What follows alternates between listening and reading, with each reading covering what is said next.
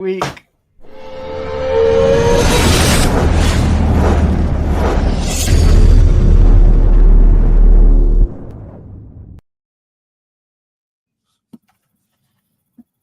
Did you see anything at all? I did. Yeah. Did you guys see anything? Huh? Yeah. Oh, it did? I didn't. I must have glitched out, dude. All right, sweet. Marco loves StreamYard. All right, sweet. So Good much. stuff. I fucking hate StreamYard. And StreamYard loves Marco too. I So really hate StreamYard. They take money though. Yeah, cool. They do. Let's say hi to the chat. GTK Comics. Oh man, and I'm lagging again. Only in StreamYard. Hi, thumbs up. I think it's I don't lag on Tuesdays. I don't lag on Sundays. I wonder who that could be. Wayseeker. All right, it's Sunday. I make you lag. I don't even want to How's do that this, work? dude.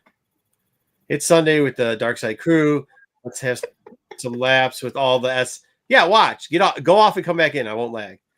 It's something on your computer. Some laughs with Star Wars, all the news. Also, shout out to Pete for his birthday yesterday. Yeah, Pete had a birthday. So, happy birthday, Pete. we lost him already. Jeez. Damn, StreamYard.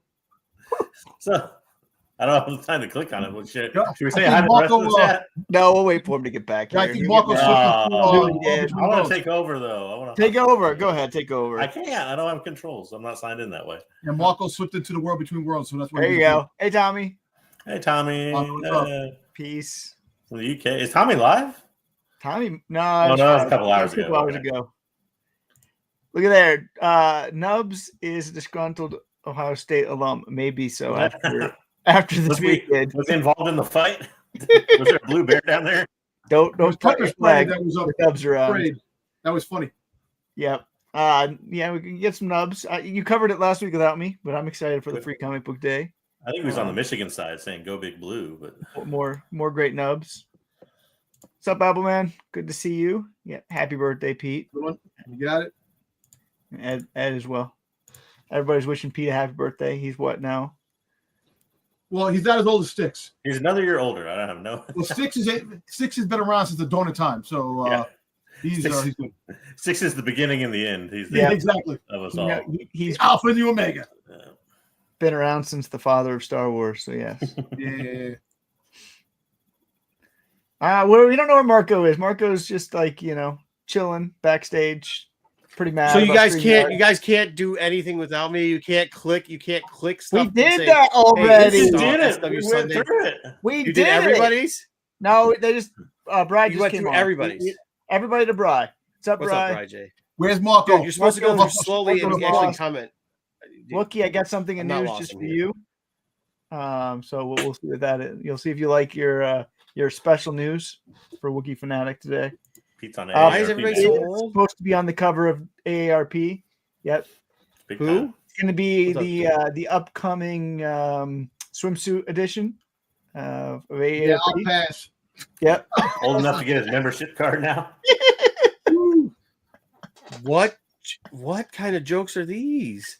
Are you guys trying to make SNS look better? What are you doing here? This is terrible. All right.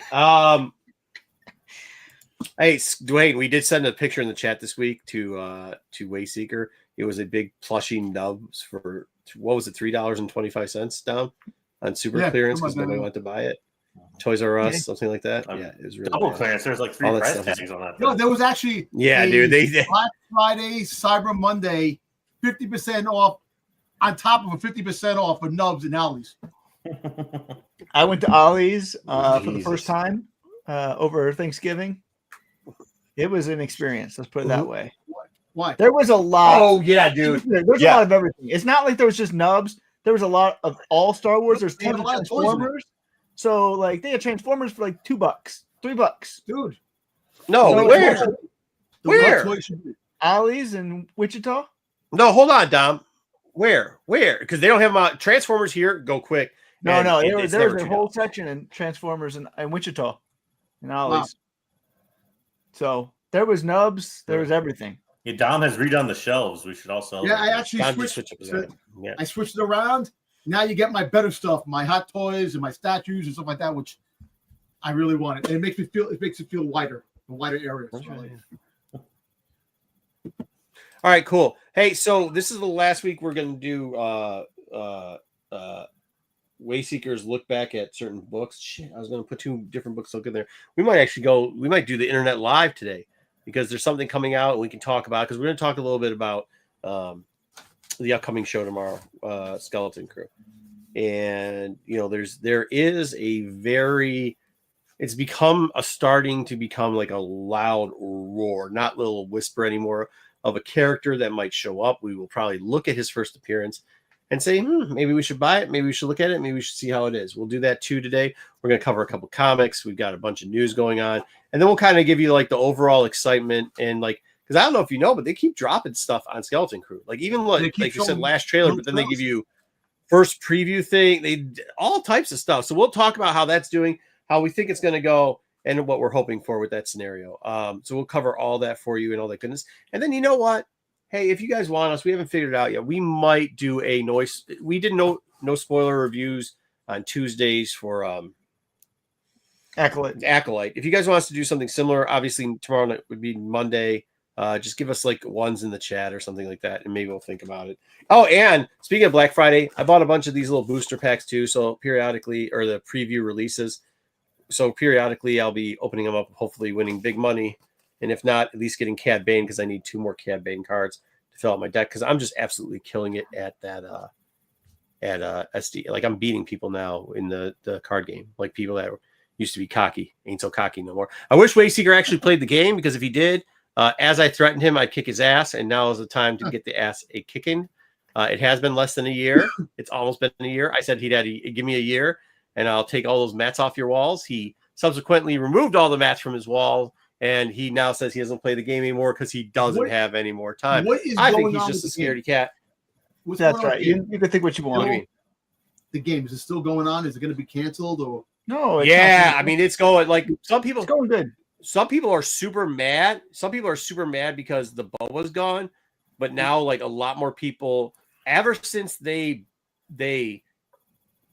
put to the side, they didn't cancel the boba, but they put them to the side. More people have been showing up for weekly, but I've been smoking it, dude. I mean, this new third set, try me.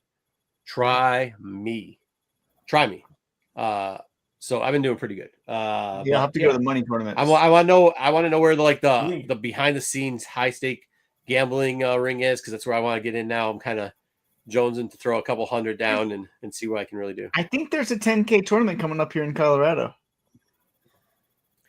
Yeah, the last time I went to Colorado, they tried to search me for illegal fruits or some shit.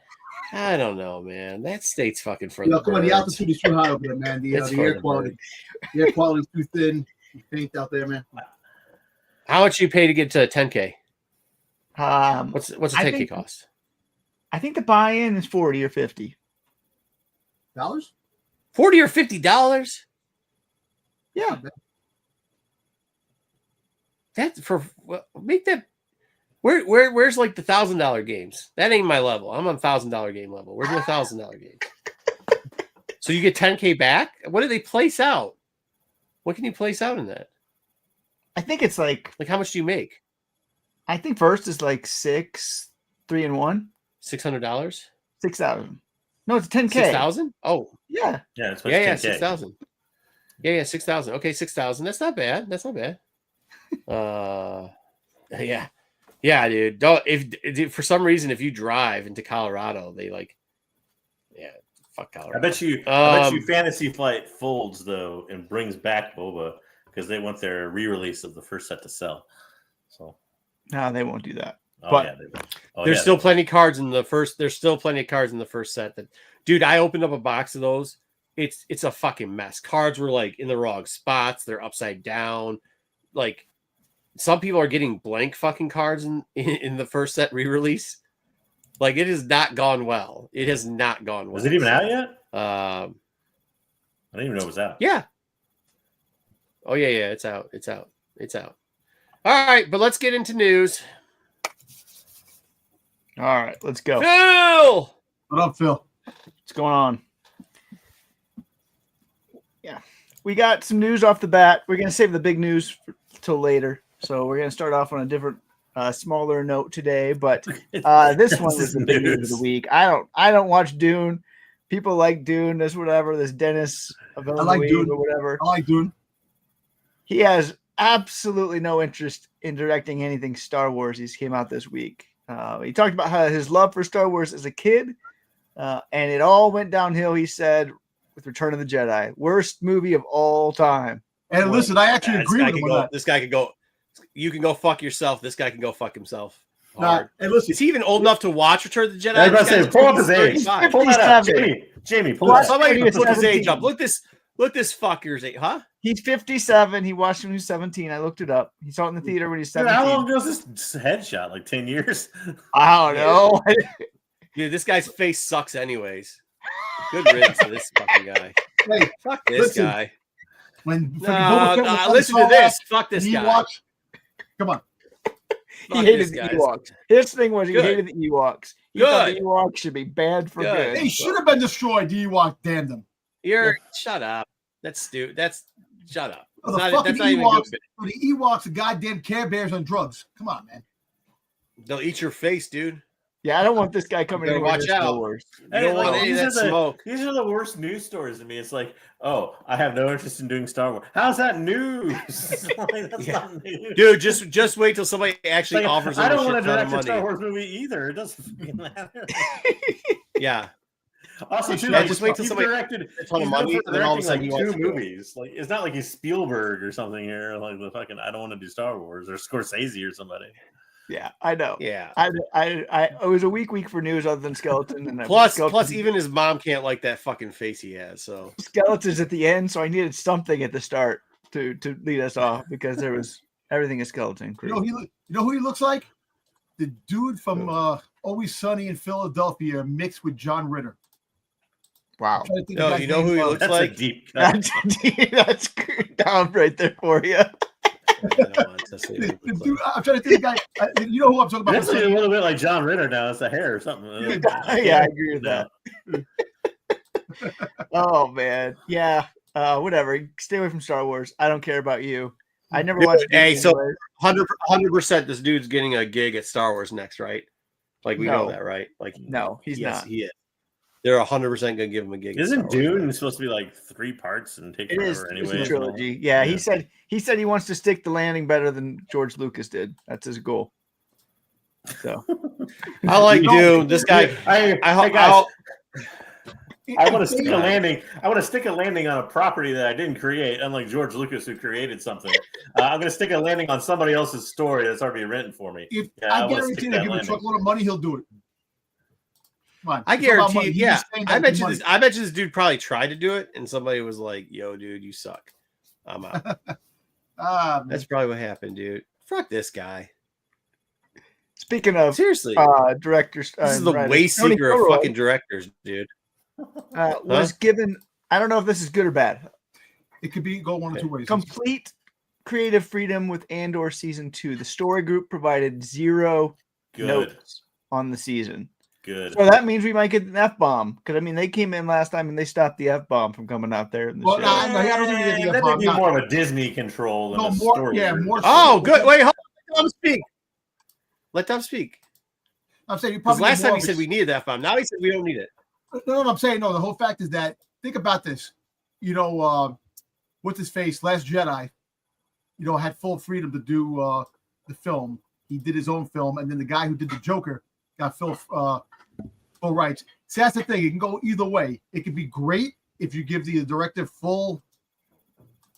And I know it's going to be great because he did a great job, and I have faith in this. But it can go another way too. But I still think that 9 out of 10, this is going to be freaking brilliant. I think it is too. But it also shows you if you do well, they give you freedom. Yeah, that's the thing. Yeah, I think they feel comfortable removing the constraints a little bit because they kind of know where he's going to take things. If it was brand new and this was season 1, they'd probably be passing notes like crazy. So, right. I'm trying to say, look, like I said, I'm excited for this series. I'm excited for this to come out. Can't wait for an actual trailer. I'm looking forward. This is one of the most anticipated things I'm looking forward to next year. And a lot of things coming out next year. This is what they should do more often, right? Which is take a character or something like that, give somebody a little more creative freedom, to put it out there. It can't be any worse than the stuff that the story group has control over that they put out. So, like, where's it going to go wrong? It also helps that Gilroy isn't interested in like bringing all the connections in too. And on top of that, he's not throwing cameos in there and all this other stuff like other people do that could just, Well, you think about this. Regardless of the fact of what's what, you could have the greatest film on the planet. You'll find people complaining. Yeah. So no matter like you what, just did with Return of the Jedi.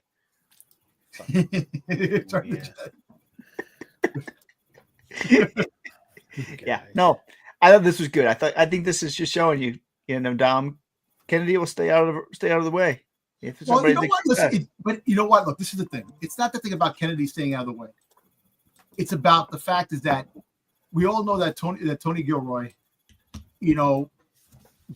this is not his genre to really do it, and he did a fantastic job in season 1.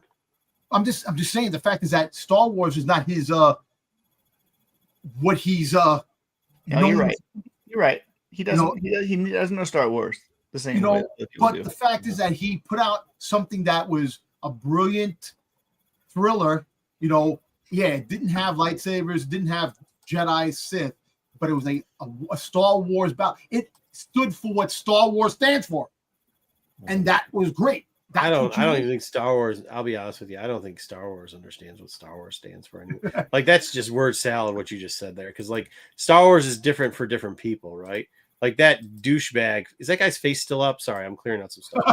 That douchebag's face we had to look at for the last fucking 10 minutes. You're talking about Diego Luna now. His face is up. So no. This guy, like the douchebag's face who was up there saying like, I hated Return.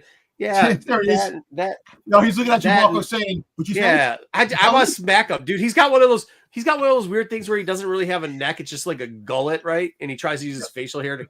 No, I can't wait to go to a con, and he's there at the con. I'm going to say that Marco wants to smack you in your gullet. Yeah, I mean, I don't. Why you guys shit on Return of the Jedi? Like, Marco cannot forgive talking bad about the Ewoks ever. No, absolutely not. I fucking like the Ewoks, dude. Fuck you. Fuck that narrative. That was like the bad narrative with Han Solo, where everybody's like, what's his name? Hates fucking Star Wars. He doesn't hate fucking Star Wars. Shut the fuck up. Marco still just can't get over the one time he got FOMO when he bought the Ewok village. So he has to. I still have it. I don't ever get FOMO, bro. That's not one. I got 3 of those motherfuckers.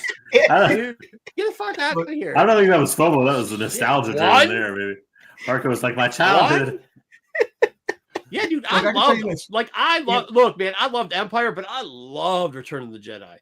Like, I just loved that movie because it was, you could never be in space and on a fucking spaceship, but you could 100% go out into the woods and just fucking lightsaber battle and stab people with fucking sticks and shit and throw rocks at fucking people like Wayseeker's forehead and shit like that, dude. You could do that shit all day long. This is one thing I can honestly say. Plus, that's when like Leia and fucking Han hooked up, like instead of her hooking up with her brother. No, he found out when he found out that it was his brother. He figured he was all good when he found out that whole story, which was good. I like the look on his face, like, okay, he got a Witcher cake for his birthday, really? No, he just got a butt naked Cavill cake, dude. I don't know if it was Witcher. I think it was just Cavill half. Yeah, Cavill with no top on, bro. Go back to that one time. Real quick. Tony Gilroy. If this turns out to be really good, and it surpasses the first season of Andor, it does. I can see him getting. I can see him getting another slow. Hey, fucking brakes, bro. You don't have a car, do you? You don't have a car, do you? You don't own a car, do you? I have to run people over. That's why. No, because you're in New York, because you got rent. Let me explain something about cars. There's something called a fucking brake on it. You need to start pumping that fucker, because right now you're going straight fucking downhill. You haven't even touched the brakes yet. You might be running into a fucking grandma. You don't know what the hell is coming, but you're going. Grandma got hit in there, man. I got the. No, I'm just saying why, because Tony. I think. Hey, listen, he put out good stuff, because you're full sell on this shit. You're full sell on this shit, and we don't know yet. Let's. Hey, it's positive, Dom. I was one of the most positive people on Andor before it came out. I said it was great. I get it. But Dom, you're like fucking polar opposite? Is that bipolarness? It might be. You're Let's look up fucking that either positive on you're either Andor fucking thing. We'll way look that too positive on some shit or way too negative on some shit. Can't you just be like? Can't we just? No, Dom doesn't have anything cautiously- between. we just- There's nothing cautiously Hey, you're between. way the fuck up here. Wait, just this. Stop. Just here. Like I There's just 1 and 10. You don't have to be There's in the nothing middle. else. I'm just saying like, yeah, okay. I'm saying just like 6 on like both, maybe. Not a 5, a 6 and a 4. You know, Let like, Dom be maybe Dom, a 7 and a Marco. Let 3. Dom be Dom. I'm excited for this. Listen. I think this is one of the things I'm excited for, and I'm excited for Skeleton Crew tomorrow. I can't wait for that 2-part episode, man. Yeah, We sit down watching that. I like positive Dom. Let him go to 9 or 10 on the I do too. positivity. I do too. All right. I do too. But here's hold time out. I do too. But here's the problem. He gets so positive and he gets all pumped, and then when one little thing isn't the way he wants it, He it's really- fucking the fucking world. So if we could just get him in the 7-3, just get him a 7-3 or 3-7, whatever. Oh. Just get him in that You're 7-3 afraid of the mix. drop. You're afraid of the drop Yeah. being too far. That's what I'm saying. He's coming downhill. He hasn't even started to pump the brakes a little bit. I look. He don't even look at to see who grandma's at the end of the fucking whoop. When we watched Andor, what did I say about Andor? I thought Andor was fucking awesome. I thought it was You great. thought at first you thought it was gonna be shit, but No, then no, you I said it didn't was. say it was gonna be shit. I just said that. Really, do we really need? He called it a slow Andor? burn for a long time. So, Yeah, No, you're so- like, Yeah. but all right, on the news. You got this new popcorn bucket that's available for limited time at Galaxy's Edge at Disneyland's Wookiee Life Day popcorn bucket. when are we gonna be done with popcorn buckets? These things are selling like Apparently crazy. not. $70? 80, or they're going for 70 to 80 bucks What? on eBay. Oh, eBay. How much Dude, is this Yeah. is Yeah, how much do they cost though? At Disneyland, they got to be like at least 40 or 50 bucks. It's like 40 bucks. Yeah. Yeah. You get that 10 you years get from that now. This is popcorn gonna be there. at every garage sale, dude. 50 cents, man. Dude, I think it's This shit is awesome. I new. want to pick one of these up. I'm not paying 70 or 80 bucks for it. You know, my friend is at Galaxy's Edge right now. I could call him up and say, "Listen, do me a favor." Which Can you give one? Disney or World or Land? I think he's in California. He's in Yeah, California. Land is the one that has it. So, Yeah. so you should tell him to pick one of these things up. So they're That's pretty Or a cool. not. giant Stein. But this For one, Wookiee, they probably should. Yeah. this is for you. Oh Wookiee wait. fan. Oh, hold on. Are you kidding me with this shit? What? That's like a wraparound, right? Like they literally just this isn't a fucking popcorn bucket. Look at what that is. That's so that you can put it around your neck. This is literally a feeding bucket. They've literally just given you a fuck. This is what we're doing with life now. We're doing a fuck. We really are an idiocracy. Well, We because you're literally at are. Disneyland and you don't want to fucking carry. They're the just giant giving thing you all a day long. fucking Put it on your feeding bucket. face.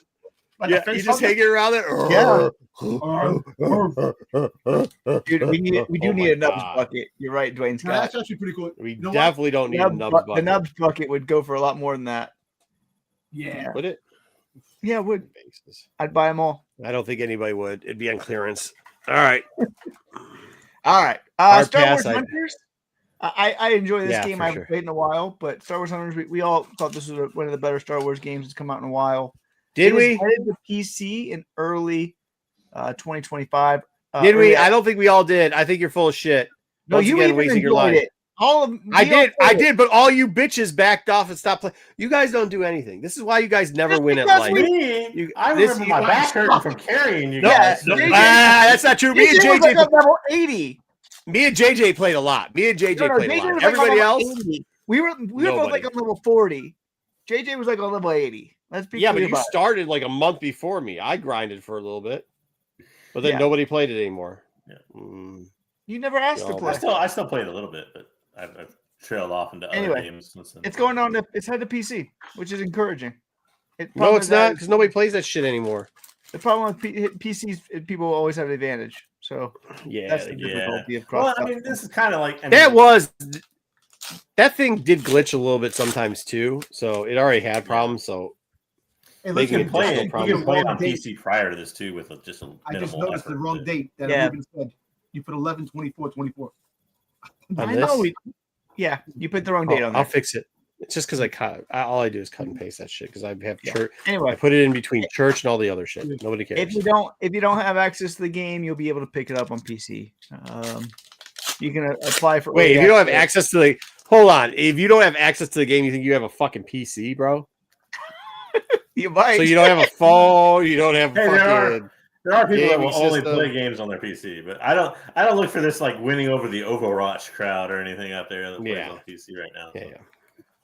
yeah. Probably not.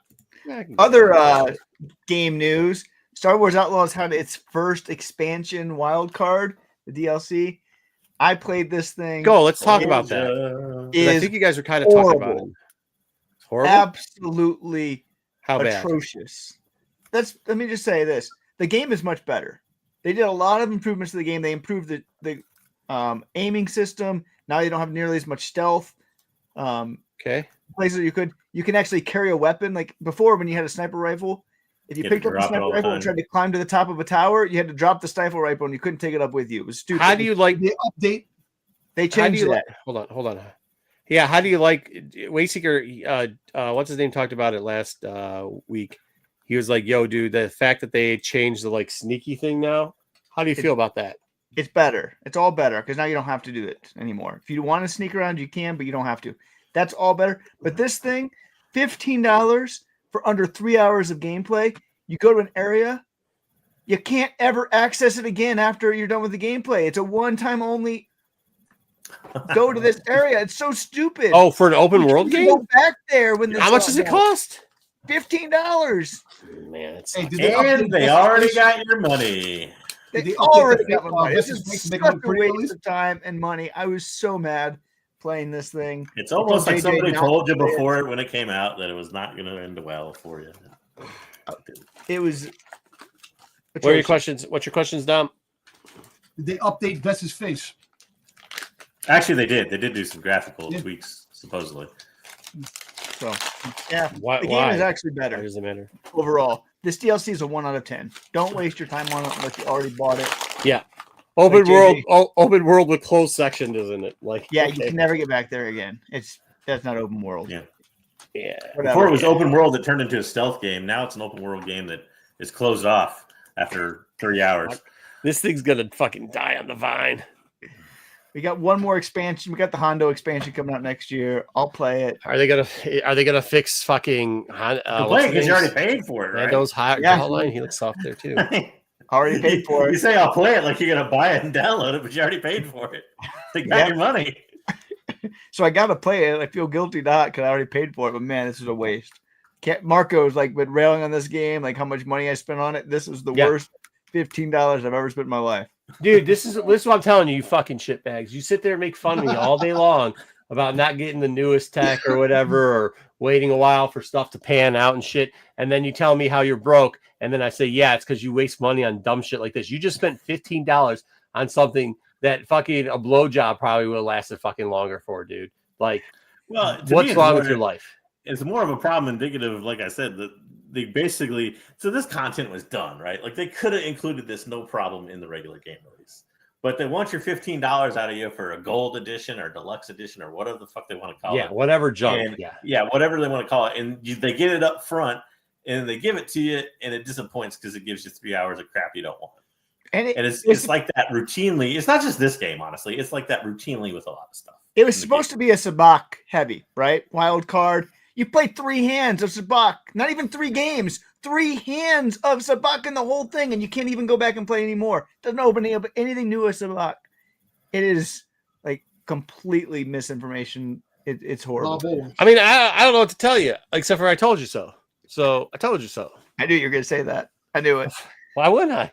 But I'm just letting people out there who thinking about spending money on this thing don't.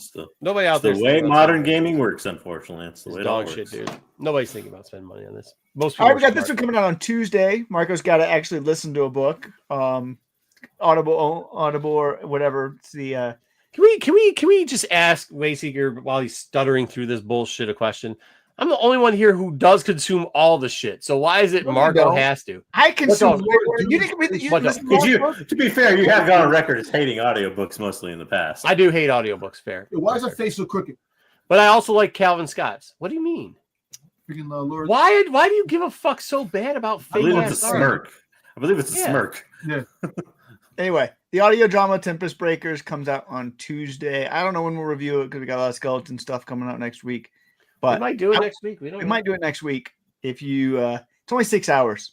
It's actually pretty short for an audio drama.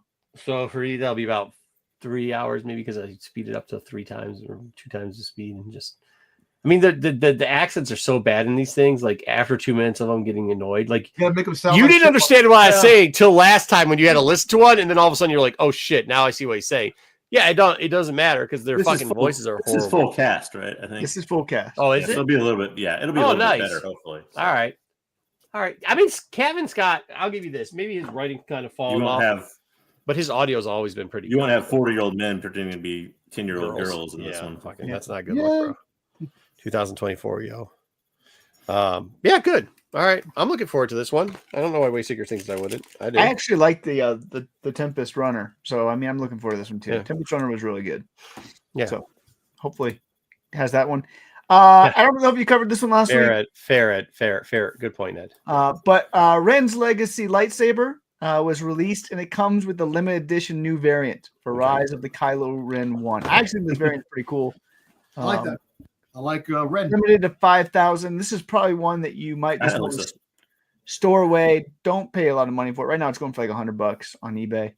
But this is one where you're going to have a hard time telling the difference because, I mean, Ren looks different, but the background and stuff like that's pretty much. How much does the whole thing go for? The lightsaber with everything is $450. Oh, okay. It's not bad then to get the comic for $100 out of it if you want just the comic. Yeah, I want the comic. That's what I want. So it's a cool cover, though. I actually think I like the cover art did a really good job. I like the Knights of Ren, man. They should just do a series of the Knights of Ren, man. That's what they should have done. An ongoing series or an animated show with them because there's a lot of stories in between before Kylo Ren grew up and before he was manipulated. You know, you could have stories. That's what this story was. This was a good story. Yeah. The next I actually like Rises or Kylo Ren. The next article was the one Marco had asked me to put on, so Marco just left right before he put this one news thing on. Of course, One of the things is, though, it looks like they had somebody draw like a Ren, right? Mm-hmm. Who suspiciously looks a little bit like Bane or Deathstroke from DC Comics, but then it just looks like they like cut out Kylo Ren's pose from the original cover and then just pasted Ren on there instead. It's like almost the exact same stance and pose. It looks like but it's still a cool cover. I like it. I like the red and black. I don't, Ruben. I don't think the lightsaber sold out. The lightsaber is hideous. That's the hard part. The comic cover is cool, but the $450 for a Ren lightsaber. What about the mask? It comes with a mask. Don't care. People don't care about Ren. Not Comes people. with the mask too. Does it? I think the mask is optional or add-on. No, I think the mask is separate, isn't it? Because I thought I saw the What? mask. It is. I thought the mask I was would love sold to put the separate. mask on. See It how maybe he come sees as a kit. I don't know. Yeah.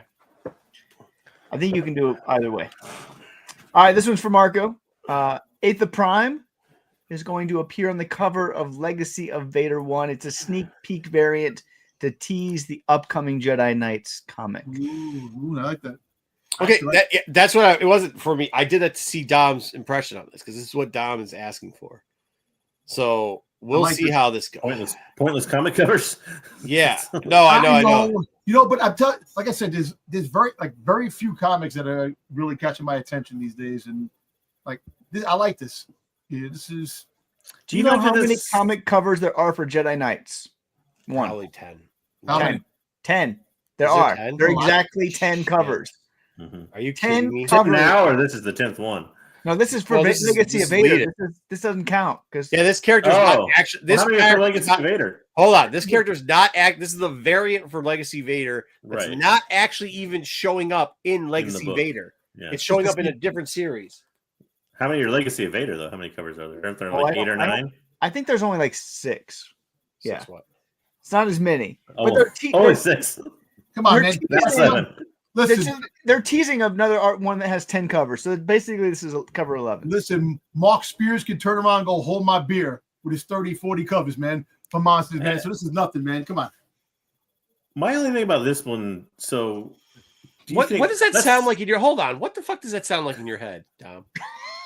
What? Whatever the fuck you just said. I'm just saying. He's talking about. Yeah, no. I heard what you said. What? I'm just asking what. I'm not trying to be rude, but what the fuck? I'm just saying. What did you just say? You ever see that whole? Ever see those like memes? Hold my beer. When someone says something and somebody has hold my beer and has a lot more something. I understand what hold my beer means. I'm not quite sure you do. Wait, what were you saying? Are you just trying to say that you like Mark Spears? I'm saying Mark Spears will say hold my beer to all the covers that there's like 20 30 to 40 covers of monsters. You never can compare it to that. I'm just saying the covers, you want number ones. Hey, Star Wars has beaten that before in the past. Yeah, no, the difference when you have to use double letters for your variant like they did for Vader Down.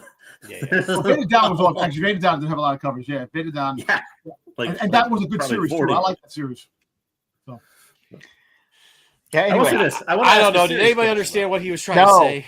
I know, and I don't care. You added this thing just for Dom, and you got him off. All right, let JJ ask a serious question. My bad. My serious question, though, if this becomes a trend, do you see it as being a problem? Because you basically you're going to eventually have the first appearance fight, right? This is what they're trying to do first cover, right? First appearance. That's what they're fucking doing, and it's garbage. Yeah. Right, and so now you got first cover before first appearance. Yeah, right. This is a very well. Here's the thing, though. This is what I got a question because we're going to be looking at some books from the market later. This would have played well 2 years ago, 3 years ago, right? Yeah, when you got a bunch of dumbasses that are starting to call first cover like not knowing anything about comics and overpaying for shit. But times are changing, buddy. And do you think this is going to work? Because we know what they're doing, right? They're trying to get the fucking, dragons in. I think that's true, but at the same time, they're trying to manufacture it, and sometimes that does work. I get it, but what I'm asking is, do you think it's going to work anymore? I think it might work, just given the fact that they're rebooting it, and all these number ones are coming out at pretty much the same time. So all you got to do is get a couple people being like, "Oh, Star Wars is going to get hot again." You got all these new series coming out. They're doing everything over, and then but who's going to do that? Who knows? It could be people out there. So Marvel themselves is kind of doing it, right? There's not as many people out there as you think. They're not. This is the new Vader ongoing, right? Which is teasing you a first appearance for the new Jedi Knights, which is also an ongoing. Also, they know what they're doing. They're not dumb. I know that. I know about Marvel. They just did it with Venom. You know, the new Venom is going to be in the issue. He was at the cover of issue 39 of the new Venom that's going to have the number one coming out next week. So they're doing that to put a sneak peek of the character on the cover first before they put him in a book, which they've been doing that for a long time. And it's true. Yeah, and it has slowly been trickling in the wrong direction, as we've noticed. I'm just asking, do you think this one is going to hit? Because I think there's people excited for this character, but I don't think this is going to hit. Well, I'll tell you what. If they do good in the book itself, if this character turns out people like, oh shit, I like this character, then I can see this. But you're not even going to know because it doesn't come out in this book. I don't know about that. Wait, we'll find out. We'll find out. Well, you know how they are. Look, people still buy first appearance Star Wars covers and first appearance of characters just to see what happens. It's not as many. I get it, but I don't think there's no. I think I think the problem was there's a lot of people buying multiple versions of this, and then trying to hawk other people to buy it to make it popular. And I'm telling you, because what I'm seeing coming in collections is those people have gotten out. There's no more people buying 50 first cover appearances anymore. I think Marvel's doing it more from the perspective of, though, I get your argument and I agree with it. I don't think it'll juice the secondary market or kind of whatever you want to call it. But I think Marvel's doing it more to juice their own sales, right? Because you can say, well, this is their first cover. And what comes down the line, Marvel's going to say, well, don't forget to buy their actual first appearance. Remember when we teased that character to you earlier? Yeah, if you're saying hey, is it a new? They're doing this to sell more Jedi Knights, not to sell stuff on the secondary market. Well, are they trying to? No, I see. Do you think maybe it's to sell more Legacy of Vader? Because they're like, maybe. You might not want this book, but it does have a first appearance on the cover. I guess I see that. Yeah. All right, I volunteer Wayseeker to start what? I don't know. I don't know what I'm starting. Maybe I'm going to YouTube channel and pumping books. I don't know what I'm doing. You probably are dumping. Yeah, we'll be pumping dumping. We got some Skeleton 2 crew posters I put on here with some news. There's 3 posters that we'll see that were released this week. But anyway, we got the premiere, as we already talked about. It was moved. It is now on Monday at 9 p.m. Eastern time. There's also a limited theater release in select cities. It is a 2-episode premiere, which in the time has been released at 75. Is that what you're going to? I'm going to the theater to see this thing. So, taking the kid. We'll see how that goes. You love to waste money. It's free. It's free. Wait, I it's didn't waste free? a penny. It's completely free. It's free tickets, free food, free poster. Yep. I gotta spend gas to get there. Take the kid. Oh, it's not free. So, No, that's a good deal then. That's It's a good free. deal. It's free. Yo, Free. listen, get the popcorn bucket and get us some posters. I don't know if they're gonna have popcorn basket, but they're gonna have posters. So we'll see what the poster is. What next. cities is this in? Why wouldn't you, Wayseeker? How fucking lame are you? You should say your title should say free screening at these theaters for this. It's over. It's sold out. Gone. Gone, yeah. I put it in chat on It's Monday. been out for like 2 days now. Yeah. 3 days at It's least. sold out on Monday. Wayseekers. How's it sold out if it's free? Because there's a limited number of seats in the theater. Yeah. Well, that's You can't Monday. just give out infinity tickets. Everybody be there. Nobody be able to see the movie. No, It's I sold get out that. last But you're week, saying it's so- sold out. It's not sold out. They're just full up. It's Okay, sold it's out last filled. week. Filled. Whatever. Yeah, but you could have said what cities it was in so that we can call out people like Oh, Ruben it's who in might like, actually it's have. in like 50 cities, so I don't Yo, know. it didn't sell out in my city. I got my couch right here, my television right here. There you go. I'm watching. There was one in New York, but you didn't go. There wasn't one near me, I checked. So. No. Man. Yeah. Oh, I didn't check it all. There wasn't Yeah. one near you either. That's what I'm saying. I'm checking right now. Oh, there isn't. Nope. Anyway, I will be seeing it at the big screen, taking the kid. So I hope it's good. Oh, I hope somebody shits their pants right next to you. This will Actually. be the kid's first Star Wars time seeing Star Wars in theater. Crying baby right next to you. But Yeah, Catherine Kennedy's I gonna come on hope. the screen. You go, hi. Welcome to the screening of the Skeleton Crew. For all Okay. you Star Wars fans out there. Yeah. I I do don't like know. how they did this at the same time. I think for Acolyte they did it, but it was a day early, right? It was. Well, they did it for the episode of the 2-part episode with Ahsoka. They did Yeah. it with That was in the middle, but yeah, Yeah. there was that too. episode Yeah. 5 with them when Anakin came back. They did I that. like how they coordinate because they actually moved up the drop on Disney Plus to coincide with this. Yeah. So people didn't So, spoil it and get all the yeah. things out, which is Cool, I think good that's for so them. smart. Yeah, that's good, man. I don't know. Yo, what does sounds that cool. smell, Wayseeker? I don't know. We'll find out. So yeah, what do you think, Dom? 75 minutes for 2 episodes. Is that okay? I think it's all right. I think it's a pretty, it's a nice little night out. Okay, aside, you'd have a good evening with your kid, just to go see it, and it might be fun. You'll probably see more of the world around with the screen. That'll be big to see more of the. You can catch a lot more than we can catch the TV screen or something like that. But hopefully it's really great and it's a fun ride. You can watch it and maybe a Nubs appearance. No. I don't know, dude. Have you ever gone to anything that's free and been like, damn, this is cool? I actually had gone to a Yes, couple of yeah, parties but- and stuff like that. I've gone to free things. I mean, No, my I take mean on it free is for the I hate- general public. Dom. Sorry, free for the general public. I've Yeah. never once gone to anything free to the general public and been like, Mark is such a crack. that this is. Actually, you know what? Oh, But you know what? damn! If it's I you know got what that happens? If it's free, then I can go and I don't like it. I can go watch it at home. Yeah. Like I don't like. Yeah, fair. No, but I think, but you know, Mark, I think this is pretty good. You get it on the screen to see what it looks like to give you that Star Wars experience. For things to come because they're itching for that Star Wars movie to come out.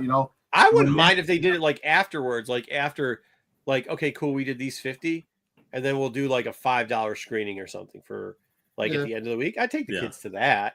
Sometimes I they do that. I mean, they can't. I that can't for do some- the free shit, man. I just can't. Netflix has done that for movies, like done like a 2-week Yeah. limited release or something Yeah. for a movie. Yeah. I can't think- do it because I mean, the amount. First off, like you got a bunch of Wayseekers, like people that are on the internet fast enough to sign up for that shit. They're gonna be Wayseekers. Look at this bitch drinking tea right now. He's gonna have to. It's gonna be a complaint. He's gonna. He's gonna be mopping on fucking popcorn all the time. Going. I'll bring my Yeah, teapot with me. he's gonna be Make sure- bringing his tea and Ray fucking Seeker- kettle with him. and Shit. Wait, so you can make sure there's no bed bugs in the freaking Can I jet. take my teapot into the movie Yeah, theater? yeah, Well, dude. He's gonna. I Come gotta there. hand him to him though for actually giving you the free popcorn and that stuff because like I'm sure the reason why it's not in more theaters is the theaters were like, what? You're gonna make the food and everything free? We want to make like $20 for a bucket of popcorn off of 2 people. You know what's funny? Well, you Ray just bring Seeker your own told- shit, dude. Ray I don't Seeker ever told buy his, shit. his kid, listen, I'm taking you on an event. It's gonna be great. We're gonna go this and that. You taking me out, Dad? Yeah. We're gonna go to a movie, get some food, this and that. You're the greatest. Dad. All on me. All on me. Hey, we gonna live that life. We gonna live that popcorn life. What? Get the fuck out of here. gotta- But Don, I mean, hey, listen, man, I get it, but that's what I'm talking about. Hmm. That's what I'm talking about. People get out there, they start getting wild. Yeah, Brian. Yeah, I know. Yeah. Not only that, but dude, Right. you know, like here, this is where I do have the problem with it because this happens at every event I've ever gone to that's free. People forget the shit's free and then they start acting fucking entitled. And that's where it goes south. Yeah. That's where That's true. don't be yelling at nobody about you have to wait 5 minutes for fucking popcorn. Shut the fuck up. You ain't paying for shit. Don't yell that fucking Coca-Cola's out and you have to drink fucking Coke Cherry or whatever. I can't believe they gave me Diet Coke instead of regular. Right. Shut the fuck up. Listen, Waveseeker, you better not take food. It's free. Not to take home. Taking food. Oh, Don't yeah. you worry. Yeah. Don't unless you can't afford. If you can't afford food, shout out you. Come in with the Ziploc bags. Got no problem. Finger sandwiches, you throw them in the bag. Yeah, I don't give a shit. Do They that. give me Coca-Cola. I only drink Pepsi. Fuck those guys. Yeah, no, but that's it. Like, why's your fucking shake machine out? Like, or what stuff that's not included? Like, yeah, man, shit. Like, I mean, I know the $20 slushies are fucking hot expensive dog's there. not free. What the fuck? Yeah. Wait, the free bar? There's no free bar here. It's not an open bar. Yeah, but that shit always that shit always happens. I don't. That's why I don't like free shit. I don't understand your problem. I don't know. We as a family. I don't like people just because what happens is this is what's gonna happen. Somebody's in front of my kids. Some fucking jackass is gonna say something. Hold on, stop this, Wayseeker. Fucking you. This is why. You want to know what's gonna happen? Wayseeker and his fucking kid are gonna come up there and in front of my kids be rude to a fucking worker because their popcorn ain't gonna work enough, and I'm gonna have to say, kids, go stand over there real quickly. Hey, listen, shitbag and your shitty ass little kid.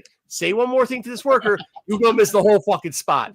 And then my kids are like, Mark has been go personally in this situation in front of a lot this of kid. times. And then I gotta go like, what? But what are you gonna do? Because that's what happens at these events. Entitled fucks like Wayseekers show up and think like, oh, the popcorn's not exactly 320 fucking nutbags high. And then start complaining about, oh, the Diet Coke shit. You all know they got a whole list down there. I didn't even say it. I started saying it. They fucking started interjecting shit. So you know that shit's happening all the time. And you know that Wayseeker's one of these perpetrators, Wayseeker. So that's what it's about.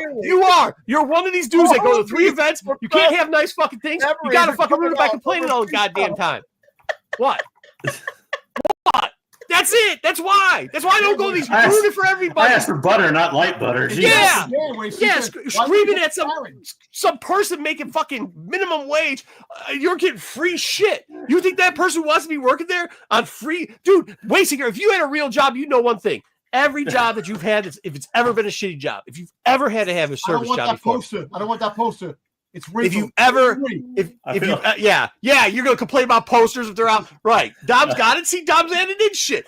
If you've ever had to be in the service industry at any point, if you've ever had it, Dom, shout out this. You'll get this. If you've ever been in the service industry at any point and really had to work, there's that one shift, that one time a year where you've had to go in and do some shit, and you're way under fucking paid for, and you're like, whatever. At least maybe we'll help out. You know, your management's coming down, going like.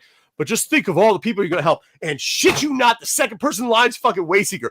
Bitching about the fucking bonder not being fucking warm enough. Bitching about his fucking crease and his goddamn poster. Right? Dom, am I wrong? No, you're right. I think you're right. One time I had a dude that was locked out of his room. And That's what I'm telling you. I go, you have your key? He goes, no, I don't have my key. I'm locked out. I said, did the key work? He goes, just take me upstairs. And he goes, no, I forget about it. I said, you know what, sir? Have a great day. Be a little bit more, less on. Have a good one. Michael Lamar. So I don't even know what that means, but all right, yeah.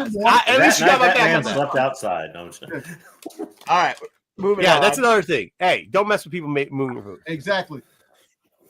I didn't work. No, I didn't work at a movie theater. I didn't. I had a lot of.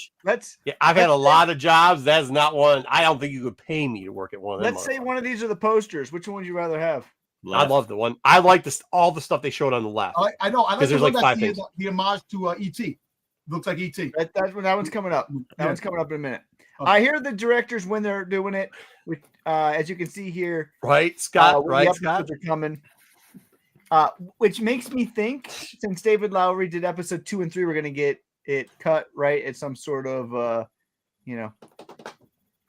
spoiler or not spoiler, but whatever. It's going to be right in the middle of some sort of action scene or something like that. So go off, yeah. What's that? Which one? That's how it's going to end episode 2. So it's not going to be resolved at the end of episode 2. Oh no. Yeah, I think it's good. Look, man, I think a lot of the stuff we saw in the trailer, I think we're gonna get a lot of school scenes. I think we get a lot of finding the fucking plane things. You know, I think they're gonna be in the woods a lot things.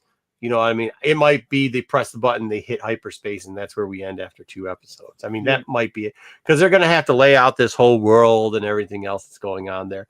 I mean, and I don't know if I have a problem with that or if I don't have a problem with that. I was kind of going to ask you guys, like, if that's it after 2 episodes, if all we get is, I mean, intense amount, but like if all, JJ's going to hate it. All this like background story, yeah, fucking, he's going to hate it. It's besides Is JJ, it going to be a bunch of flashbacks? It's not going to be flashbacks. So it's going to be a bunch of like story building episodes. characters. You're going to get detention. Yeah, Principal's going to come in. You're gonna see that. I don't mind that. I don't mind. You're also going to see like that. a 5-minute bike ride for the kid that's late to school. Yeah, no, that's cool. I actually like that. I saw that and I was like, holy shit, this might be bars, bro. Like, that was actually pretty good. He throws the speeder over the fucking thing. I was like, yeah, I know. I'm like getting less and less nervous about this, but that's me. I know some of the people and I don't think it's going to go over too well with those two. Well, listen, I can tell you this. I would love to see an episode where he's in bed sleeping. And whoa. Time out. No Diddy. Pause. No. Pause. Listen to me. I'm not saying that. Listen to that with kids. Stop. Sleeping that he's sick, that he tells his mom he's sick. Ferris Bueller's No! As I said, he's pulling a Ferris Bueller. Wait, what are you Ferris saying? Bueller's day off. Yeah, exactly. No, Dom, can't do that. What? Moving on after that. He just ruined the segment. What are you talking All about? right, get the other poster that Dom likes. Let's get Ferris Dom on the Bueller's day off, poster. I'm There you saying. go. You got the ET poster there. There you go, I Dom. don't know where That's John what I was like. going. I like with that it. poster. All right, I like Skeleton Crew was originally pitched as a movie in 2017. No Would doubt. you rather it be a movie? Are you happy that it's 8-episode TV show? I mean, for me, No, I don't think it is. I don't think it matters too much. I mean, this is not the first thing that's been taken and adapted into a short series that was supposed to be a movie. Not even the first thing for Star Wars. So I think I just want them to do it well. It doesn't matter to me whether it's a movie or a show. Yeah, I mean, I kind of like that it's a TV show. You know what I mean? Because that gives us, especially, I'll be honest with the scenes that I've seen, not just the trailer, but as I said, they kept dropping all these scene stuff. Yeah. Like, it seems okay. It seems like, hey, you do 3 seasons of this, I'll be all right with this. I don't think this was technically under. No, it was 2017. Yeah. So this is way back. So I think this went to first series. Iger and then came back and then they did it again. So it's a double Iger crew. This has been real, like, it's been a few years since this, it's been announced and been on the board, And docket. It was that big pandemic. It was before. This that, is wasn't before it was before Solo Story, and so I think Solo Yeah. Story kind of put this thing on the back burner because they didn't want to do a movie after Solo Story for a while. Right, Jay, I think you're right on this. Make it for TV. Yeah. So It's hard to make a good movie too. But Yeah. I like this poster. If I'm gonna get the posters, this is the one I want. it's a cool poster. I think it comes down to pacing too. Like if they have it where there's a whole bunch of fluff and filler in it, and you could really. That's why I said the first 2 episodes. I think that we're going to hear that word. Listen, if this Well, reminds, but that's exposition though, and so I mean I look at it as like a whole thing. If you have a lot of exposition in your first 2 episodes, Hold on, Dom. If you have a lot of exposition in your first 2 episodes and you're 8 episodes long, that's not that bad. It's Yeah, I literally the agree. first quarter of the story. how long the episode? I just don't want that exposition to come in like a full episode flashback in episode 7. I don't think you get all flashbacks in this. You might get the Jod flashback for Jod, his backstory, but I don't think you get the backstory for the kids and stuff like that. I actually think that this is going to go full nostalgia. It's going to make people feel good. It's going to be a fun ride, and I'm definitely looking for. I think this is going to. It's going to 2 be episode drop helps get that out of the way a little bit too. the expectations. Exactly. Well, that's why I think that people have to. But that's what I'm kind of concerned about, right? So if it's all expose in the first 2 episodes, and that's a Monday, so it's over a full week, like. Are we going to see, that's a full week of people shitting, especially if something shows up or something doesn't. It's Star Wars. You're going to want a certain amount of population. I don't care. I know there hasn't been a lot of chatter and this and that as far as negativity goes, but it's Star Wars. There's going to be like, when it comes out, there's going to be a segment people shitting of on that it. want it to There fail. was a no matter negativity thing in this already, saying that it didn't screen good before. But here, Dom, that's what you're saying. But that thing is whatever you've heard, this is where we're saying, as normal human beings, right, that don't live in the domosphere of negativity, like that usually will get something similar to the stuff you say, like maybe not the exact thing, but a similar theme. We haven't heard any themes, which is, I mean, that's just being honest, like, which is weird because we should have. Exposition has to hook people, right? I mean, if it doesn't hook anybody, then that's where it's going to really run. Well, hey, listen, with the little scenes, I don't know how you guys feel about it, but between the trailers and the little scenes they've showed us, I'm hooked on this. I'm intrigued. Yeah, like I said, I'm hooked. Like hooked on this. So, like, here's the other thing too that I want to talk about. So, I don't know if this is true or not because I tried to look it up, and it says it was hinted at or was talked at, but from what I hear, there's going to be a lot of like cameos. But is it going to be like the Wolfman as a pirate cameo, or is it going to be people cameo? And like, when is the cameo too far? Right? Like, I heard it was going to be a little more on the side of some actor cameos more than like character cameos. Character cameos? Okay. Yeah. But I could be wrong about that. Well, look, you got to look at it this way. You think about this. You know, the cameo thing, you may not be the cameos that people talk about, but you might get something that, like a creature from, you know, that you've seen in Jabba's palace, you know. Yeah, I mean, like, okay, we're not going to ruin it, but like the biggest things is like there's a creature from what's the one story that's a Disney property that's not Star Wars, the little bird thing. From the freaking from the Nemo or whatever. From what? From the Caravans of Courage. The the Caravans of Courage kid supposed to show up. So is the bird. No, but that's not a bird. That's like a beaver. I think there's it's like a bird from like not Finding Nemo, but Nero or something like that. Yeah, my thing is though, if you can't, those are like little Easter eggs to me. Like if you can't remember the name of the character, Captain Neo. There we go. Captain Neo. Like if you can't remember the name of the character from Caravans of Courage, is that really a cameo? It's not like Obi-Wan's dropping. See, I actually like those, but I like those, so I actually like those better too. They're like little Easter eggs to me. Little Easter egg cameos. Yeah. I don't mind if everybody. If you looked at Skeleton Crew at all, hello there to the kids. That's a little different. If you have looked at anything on the internet and just scroll down to the comment section, there is a huge cry for Hondo. Ahsoka. I mean, Maz Kanata and Maz. Well, I don't see that much. So, but I'm just saying, like every comment section's full of that. Which I guess if that character shows up, if it's done well in this form, I'm okay. If other characters, like if all of a sudden, if Obi-Wan comes up, it's like, oh, hello there. Like, no, dude, I don't want to see that. I don't want to do that. They aren't going to do that. So they're not. I'm just saying that's the type of cameo that bothers me. I'm like, Marco, little things popping up doesn't bother me at all. Yeah, that's fun. A rumor saying that there's an alien species that was in Jabba's palace that's going to be in this. The Ishi-Tab is supposed to be.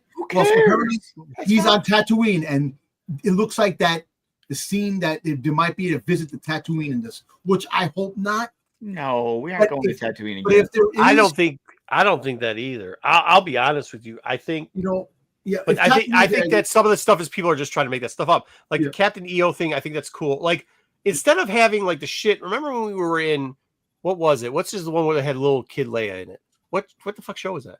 Is it Obi-Wan? Was it Obi-Wan that had the kid one? Yeah. Remember we went to the collector's fucking thing and people were like, yeah, sure, this is this. And it didn't even look like the shit. And then people were just like, oh, but it is. And then like 3 months later, somebody's like, yeah, Star Killer's coming back. And we're like, nah, this isn't Star Killer. And but then, that was Andor. That was Andor. Or is that Andor? Yeah. And then everybody's fighting what it was or what it isn't. And then one person in the show saying it is and one person. I don't want that shit. I want it to be clear. Well, Give us the fucking beaver from fucking Captain Vancouver. Give us the little bird from fucking Captain EO. But I like the fact. What's his name? What's the other pirate's name that was in the Galaxy's Edge comic? Jack. What's it? Jack Ryder. The He-Man that can do with the beard. Weird beard. So apparently, I know you're talking about. God calls himself that. So his name is actually mentioned in this series, which is kind of cool. Yeah, that's cool. Like that type of stuff's cool. Yeah, if he's gonna try to act like other people and stuff like that. I mean, that's cool. I really want to see. No, I want to see. Well, kidding aside, go ahead. I want to see the guys that were the gang that was friggin' frozen in carbonite that Mando had in his friggin' goddamn thing. The gang that Jabba had. Doesn't make sense. I'm just saying. After that, Don, they're still frozen. No, but before that, I know they are still frozen, but maybe they're not. Maybe they got thrown out. Who knows? I don't know. Yeah, you don't know. We don't know exactly if this is before or after. We don't know. We don't know. Actually, it's a Mando. It's It might be Mando season 3. Who said that? Because I went back and listened to them. It was the same time as Ahsoka. Yeah, I went back and listened to what they were saying, and they were saying it's a part of the Mandoverse in that area. Yeah, in that era. But it gave the error date, not the actual date of the show. no, they. So- I watched the thing. They said I watched one. You watch lots of things that say lots of things. But they said I'm that saying it's like when I went back and watched Mando 3. John, I've and I heard what watched Don has heard from them too. It's season 3, same time as season. from 3. who? Star Wars interview with the director. Yeah, they Okay, did because I was watching the director, I didn't see that. I think this is the problem when you have certain things like this. You get too deep in the weeds. Like, just have fun with it. Like, if it's a little cameo, have fun with it. If Crimson Jack shows up, great. Crimson Jack. Have fun with Yeah, it. He's Crimson a Jack would fun be fun. kind of dopey character. Yeah, Have even if fun he with uses it. the name. Yeah, even if they have the name. I agree with that. I agree Yeah. with that. Here's the Like, don't get in the minutia of, well, would Crimson Jack be alive? Like, who gives a fucking? It's Crimson Right, You Jack. never get into canon stuff. You know how it works. Marco's going to be mad if something Well, goes listen, this is Pirates, so you would think Well, that Hondo shows would be off. around. That's what's good about this. You know, it's fun. The speculation. But you know yeah, what? but no, What I'm hold saying on is, though. don't get upset if Hondo If doesn't. Hondo show up. doesn't show up. Okay. So that's what I was gonna say. Like, and maybe this is for Dom. But what happens? You say no expectations, but what happens if a couple things that I'm gonna put out there? Because these aren't spoilers or whatever. What happens if Hondo doesn't show up? Then all of a sudden, are you kind of like or Maz? I know. I'm actually. You know what? I'm not going to be upset. I'm actually really looking forward to this series. And look, at the end of the day, I'm looking for something fun. This is a fun show, and whoever shows up shows up. What happens if Jod? What happens if Jod turns out to be a Padawan that disappeared from the Order a long time ago? That's awesome. I don't want that. I'll be mad about that.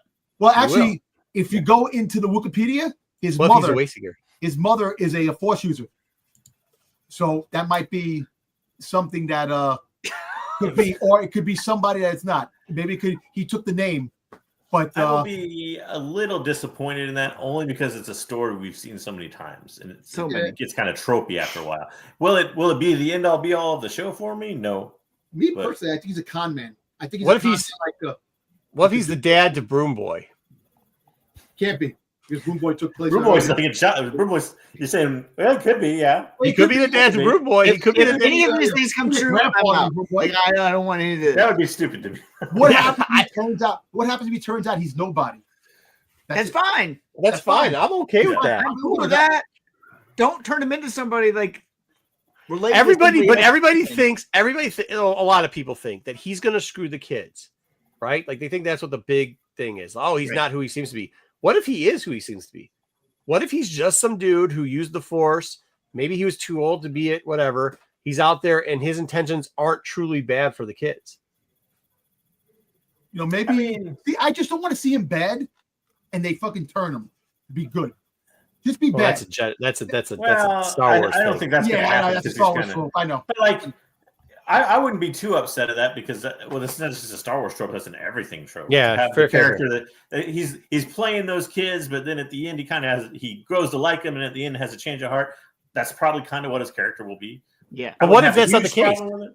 What if he's always trying to help him from the get-go? What if he's his character from Captain Marvel? So he's I wouldn't be upset with that either, as long as they do it in a well enough way. Like, I mean, everybody's going to use story tropes, right?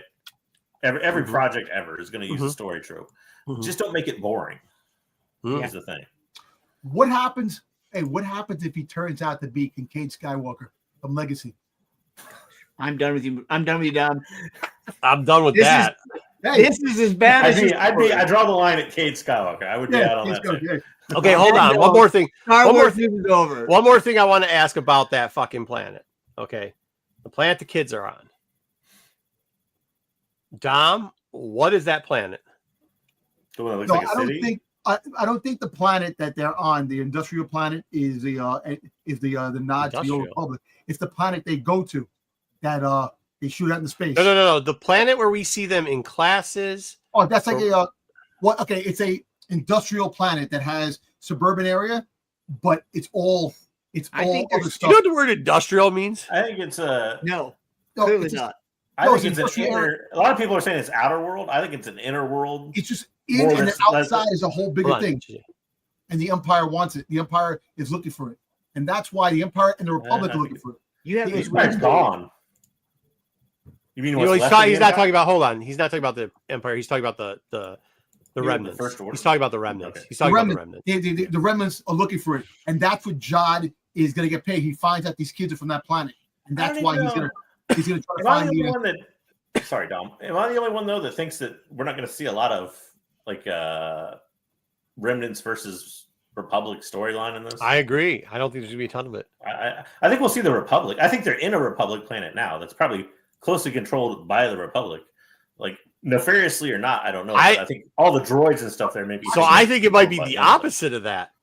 I think it might be a remnant planet that is controlled by the remnant, and it's like one of those like don't get out of the wall situation. But I don't think they leave. Don't you think they leave the planet fairly early from the seemingly on the trailer? The kids, I mean, I think the kids do, yes, but I think the planet is going to be like here for this because I was kind of thinking it because they keep doing the teaching thing, and the mom and the dad situation is really weird to me, and like how clean the classrooms are and how organized everything is. It does very much seem, and if they're, it does seem like there's going to be something where nobody, even though their planet might be kind of known, nobody knows there, and then the security force with all the droids not letting people leave the planet. That pretty much seems like something the Empire would do with one of the and then it's going to show up as one of the skeleton crew is going to show up in Rogue One. I don't think it's going to be either. I think it's going to be a cult. I really do. I think it's going to be a cult that kidnaps kids that they escape from. Wait. Why was there? No, listen, the Jedi. No, JJ said something last time. JJ said the Jedi. The pirates that you see, the pirates are going to probably be good pirates. That they're protecting something, and you're going to find out later on. When he was telling it a couple, like it was last week, we were talking about. We're talking. Tom, you just interrupted somebody where we're going someplace with the planet, and about. I think there's going to be a good faction and a bad faction, is what he's getting. Oh, okay. I get that, but he has to do what we're talking about and stuff. Yeah. Yeah, but I mean, you see like that scene with like hundreds of kids taking that standardized test, right? That's an Imperial thing if I've ever seen it. Or it's some sort of. You're forgetting at this point a lot of the kids for some sort of aptitude test. Absolutely. Yeah. I don't know if it's Imperial. Yeah. Jedi do the same thing. Cults do the same thing. Yeah. Maybe, but you see, like the clone kids were doing it. But you know what I mean? Remember, at this point, though, a lot of what used to be the Empire is now the Republic. Right, I know, but but also too, the remnants keeps expanding. At first, it was just some ships that were out in the fucking. Unknown. To me, I guess we view it as the opposite because to me, all the cleanliness and orderliness of it and the control and everything, that all to me signals big government type thing, like Republic or what would have been the Empire if it were around. I just remember the Tarkin book. Thrawn around. Is Thrawn back in the regular universe now? The regular, I don't think we're going to get into that. We don't know. I don't think we're going to get that either. No. I just think they're going to introduce it as, especially if it goes on longer than one season, as a remnants thing. And here's why: two things. The Tarkin and the Phasma book. If you read those, there were similar structures, especially in how they were putting together the organization there of this type of things. Number two, when you look at how the clones were being kept up and how neat and like that is. Number three, just like the overall tone and feeling of it. And four, if it's the Republic, why would they have droids stopping people from leaving the planet? I think it's a planet that no one knows about. They're trying to find it. They don't know where it is. And these kids are the key to knowing where that planet is. I mean, you might be right. I like it. Here's the thing: we don't know for sure that they're stopping people from finding it either. Empire didn't like droids. Empire would never let the droids have power and do all that type of stuff. They always were run by humans. I don't think it's run by droids. I just think it's an industrial planet. It's an industrial planet where there are droids that teach. Hey, look, we get the droids that teach. Please stop saying industrial. I don't think you understand. An industrial planet wouldn't have. Look, it's the inner planet is a living space, but outside is the important part. Don't they kind of allude to the fact that there's like a, I don't know. Oh, you say, hold on. Segregation is a weird word to use, but it's kind of like a segregation of boys and girls too. Oh, is there? I didn't see that. Well, and that's a good word. No, that's a good word because I think I see what Dom's saying now. Dom is saying that it's segregated between an area of residential zoned area where it's all nice and whatever. And then outside of the circle is just like a mess. Like they're no, not even that. They're mining. They're just destroying everything else. So that's what I think. That part is the utopia right there. that Utopia. part, Utopia. That part that's right there, but at the outside, that's what the Empire, the remnants, and other people want because it has value resources that are around. That's what I think. That's what I don't know. So I think what you guys are saying, like when he says there's a murderous band of pirates coming after us and all that. I don't know that he's necessarily talking about that planet. Am I the only one? I don't think he's talking about that planet either. I agree with that. I don't think it has anything to do with that. Like, who's ever out there looking for something? I don't think that's not what I'm asking. I'm just saying that the planet, it comes up a bunch of times in all the previews and everything else. They've purposely showed us some very weird shit. Like that planet, there's a reason why it does have Earth-like tones. There's a reason why even when he's chasing the bus, the road stops and he has to throw the bike over, and then all of a sudden the forest is kind of weird. Like there's a lot of weird stuff. The fact that the plane is out there buried forever, the fact that they say that it's in the outer rim, but they don't actually say that, or the unknown. They also say like the planet is not really known to people. Like it's really hard for all those things to coincide with each other. Maybe it's dangerous. Saying the planet's not known, but the directors. I was listening to the director. The director's been talking out both ends of their asses, by the way. Maybe there's like some like really some bad shit that's outside that perimeter of the planet, like the wall. Where everybody stay inside. Wait, is that movie called The Wall or the TV or the book or whatever it is? Maybe we've talked about that before. Yeah. It's like some lady or something, and she thinks she can't go over the wall, and then it turns out that there's actually a city over the wall, and it doesn't. Yeah, like adventure stories that involve kids, though. You always start off in some controlled environment, right? And you end up in a more chaotic environment. And I think maybe that's what they're trying to show at the beginning. Maybe the planet they're on is that they're in this really controlled, tight environment. They haven't gone much of anywhere or anything. And then, one episode later, they're in a wild, chaotic adventure. So can I finish off with one point, and then we'll move along to comics? Just let me ask you this one. If they pull a acolyte, not whatever, but like, let's say that they do mention that this planet's owned by the remnants, but there's no season 2, but we actually get to an end, but not like the acolyte. We actually get an ending in the storyline of the kids. Like we find out that they get back home or whatever. Are we okay with that? Like if they leave a bunch of open-ended shit, like a ton of open-ended shit. Well, it depends on how open-ended. The main story is complete. I'm fine with that. Yeah. Listen, I would love to see at the end, it says, he goes, the story is not over. Jod will return in the future Star Wars project, or something like that. I don't know. We don't need that. We don't need any post-credits. Don wants the Boba Fett treatment there. Think about that post-credits scene with Marco's favorite character at the end of the Book of Boba Fett. What does we know with that one?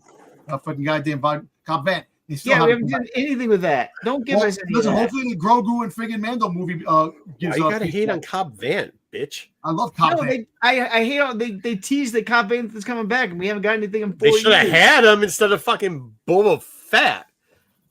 I'm not hating on Cobb Vanth. I'm hating really on quick. To change the subject on this, that Captain Phasma book is awesome. That her planet was like a Road Warrior type of planet, which is really cool. That's what I like. The Captain Phasma book. What does that have to do with anything? We're talking about planets. The Captain Phasma book, which brought back when I read it. It was like really cool. I like the Captain Phasma book. I can never follow your mind, Tom. I don't know. I'm just all over the place. Marco, lead us to comics, please. I don't even know what to fucking say after that. Segue off of that. There's no seg after that. I try to seg off him all the time. Well,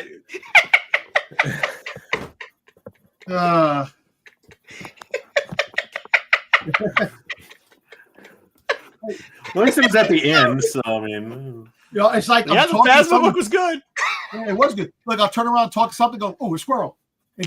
Jesus fuck. Okay, what do I do with my life?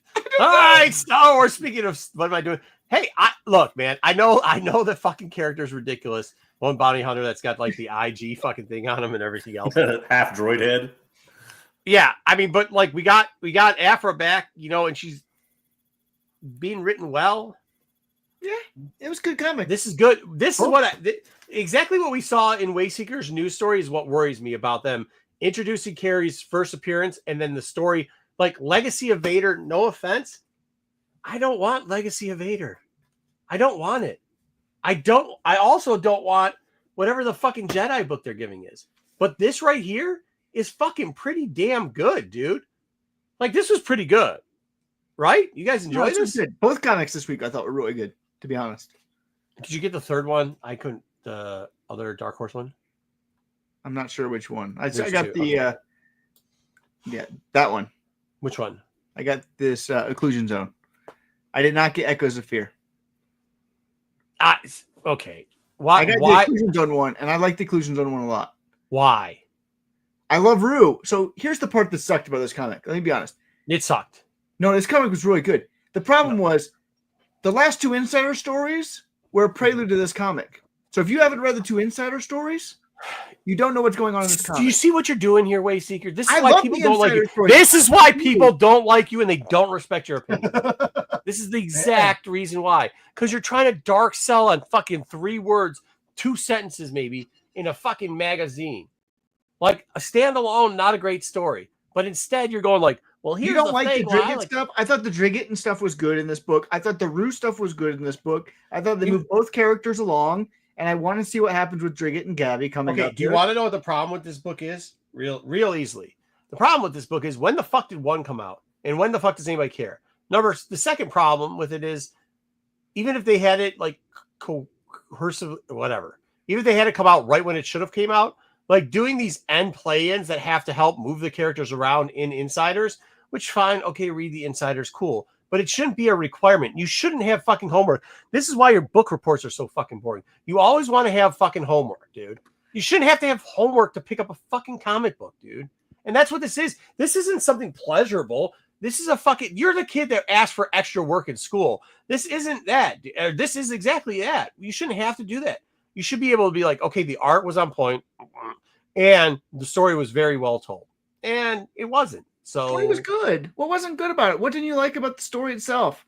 1, I couldn't even remember what the shit happened in 1. Well, 1 didn't have anything to do with this comic. Completely different characters. There you go. I mean, that's perfect. So then I didn't read the Insider. That doesn't mean this comic was bad. Yes. Also, sorry, got a message. Also, yeah. I mean, I don't know. The Insider also too. I didn't read, so I thought this was just kind of a purposeless book. Nobody knows when these books come out. I know, dude. I know. Every one of these stories are standalone comics. Not the one on the left. Well, that one, the Occlusion Zone. 1 has no relation to 2. 2 has no relation to 3. 3 has no relation to 4. You don't need to know 1. Well, maybe that's half the problem. Is I didn't realize where the fuck they were referencing the story. It is probably from Insider, which once again you shouldn't have to fucking read. I'm not disagreeing with that. That is stupid that they do cross. See, I thought that was from number 1. Like that's how. But hey, come on, man. Come on, I'm not gonna. But the story was good. But that's it's not. It's not if you can't fucking figure out where the fuck the story's coming from, Wayseeker. It's not. It's not. It's not a story. Come on, man. You just said like you shouldn't have to do this. You shouldn't have. You shouldn't have to, but that doesn't mean the story wasn't good. I enjoyed the story because I read the Insiders. It was actually a good story. Right. Now, if you didn't read the Insiders, you're probably lost. That's stupid. But that doesn't mean that it's not the.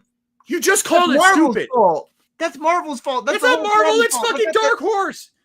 Dude, first off, as Scott said, nobody knows when any of this shit's coming out or what's come out in the past because it's so fucking gapped up. Now you're trying to sell on a fucking book that you even admit is stupid that you have to read an Insider because then you're going to be lost. And then you have the fucking balls to sip your tea and ask me, oh, why did you not like the fact that you didn't read a fucking Insider, then we're lost in the front of the book?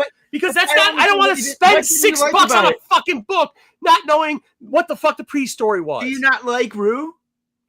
I don't give a shit. I want a good story. You want to know what Drigget's going to do and how that relationship? No, don't give a shit. Come back. Don't give a Gabby? shit. Like that. Don't give a shit anymore. No, Wayseeker. No, these two friends that are enemies come back together. No. And you want to know why? Because they fucked this up so bad.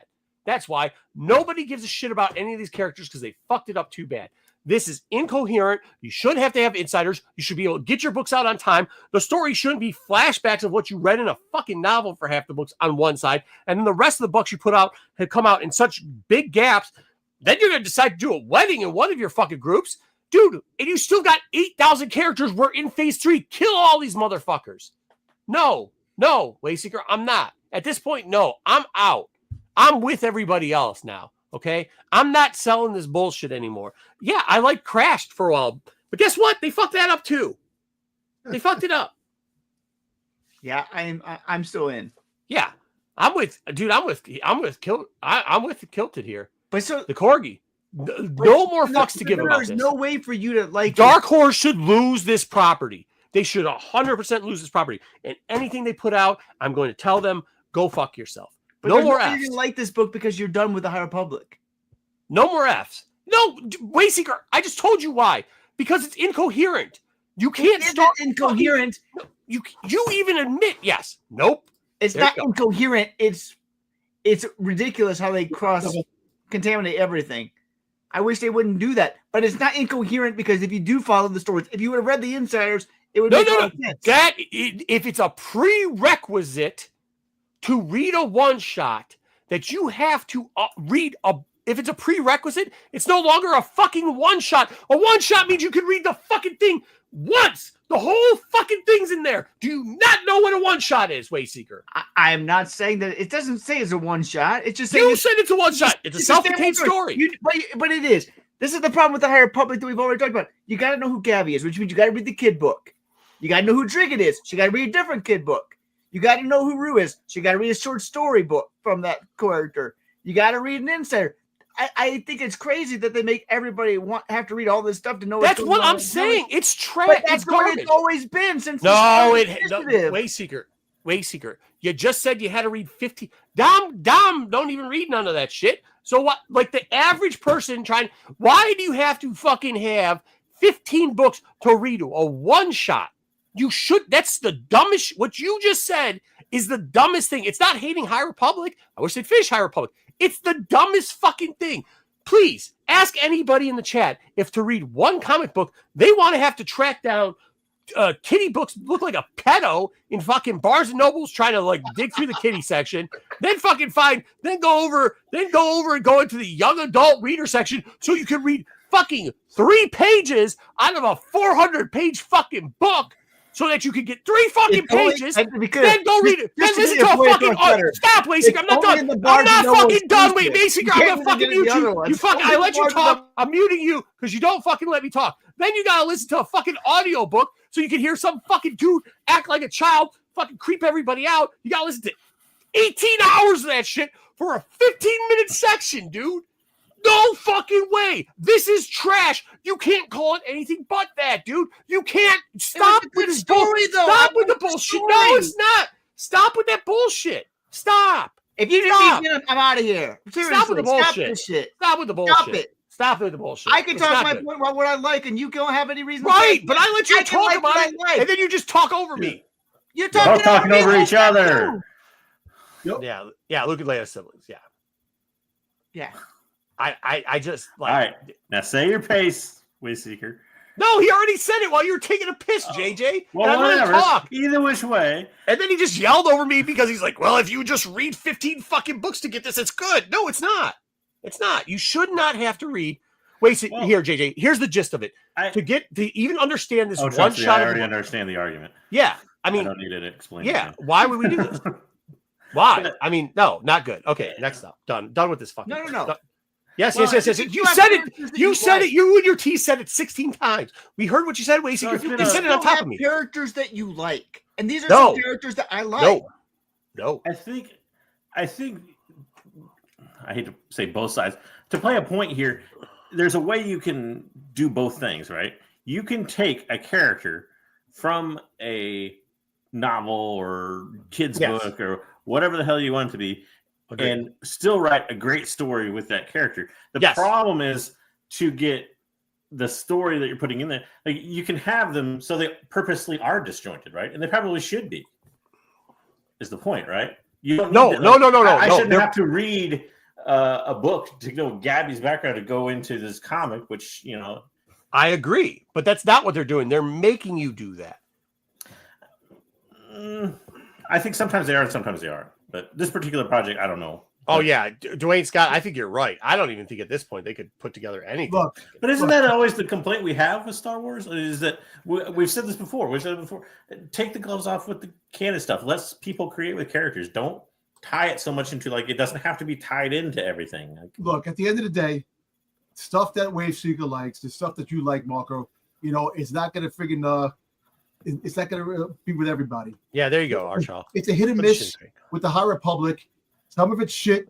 No, but Dom, but come on, Dom. No, They're like every time something's shit, Wayseeker's like, this is the greatest thing in the world. I don't think that's I true. liked it. That's all I said. You Well, he said cannot he tell me liked what it. I don't Yeah, like. Yeah, It's let's say, really annoying. your You have a problem place that sometimes- is not good. Your problem sometimes, Marco, is that if you don't like it, then nobody can like it, or it's got to be garbage. No. Come on, the Blue Bear shit. Now wait a minute. We've had this argument before when Obi-Wan was on, and you used the argument that if you liked Obi-Wan, you weren't a real Star Wars fan, and that set me off to no end. You did say that. Oh no, I said if you want to break canon. The Return of the Jedi, certain point of view. Did you like the Max Rebo story?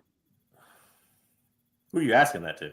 Marco. Which one? The original one or in the with Return the of the Jedi? I freaking, think I like the one in Creed- Empire. I'm not quite sure I like the Keystone one in Cops. Return. No, he was Keystone Cops running. He freaking got blown out of the freaking that's ship. stupid. And the pod.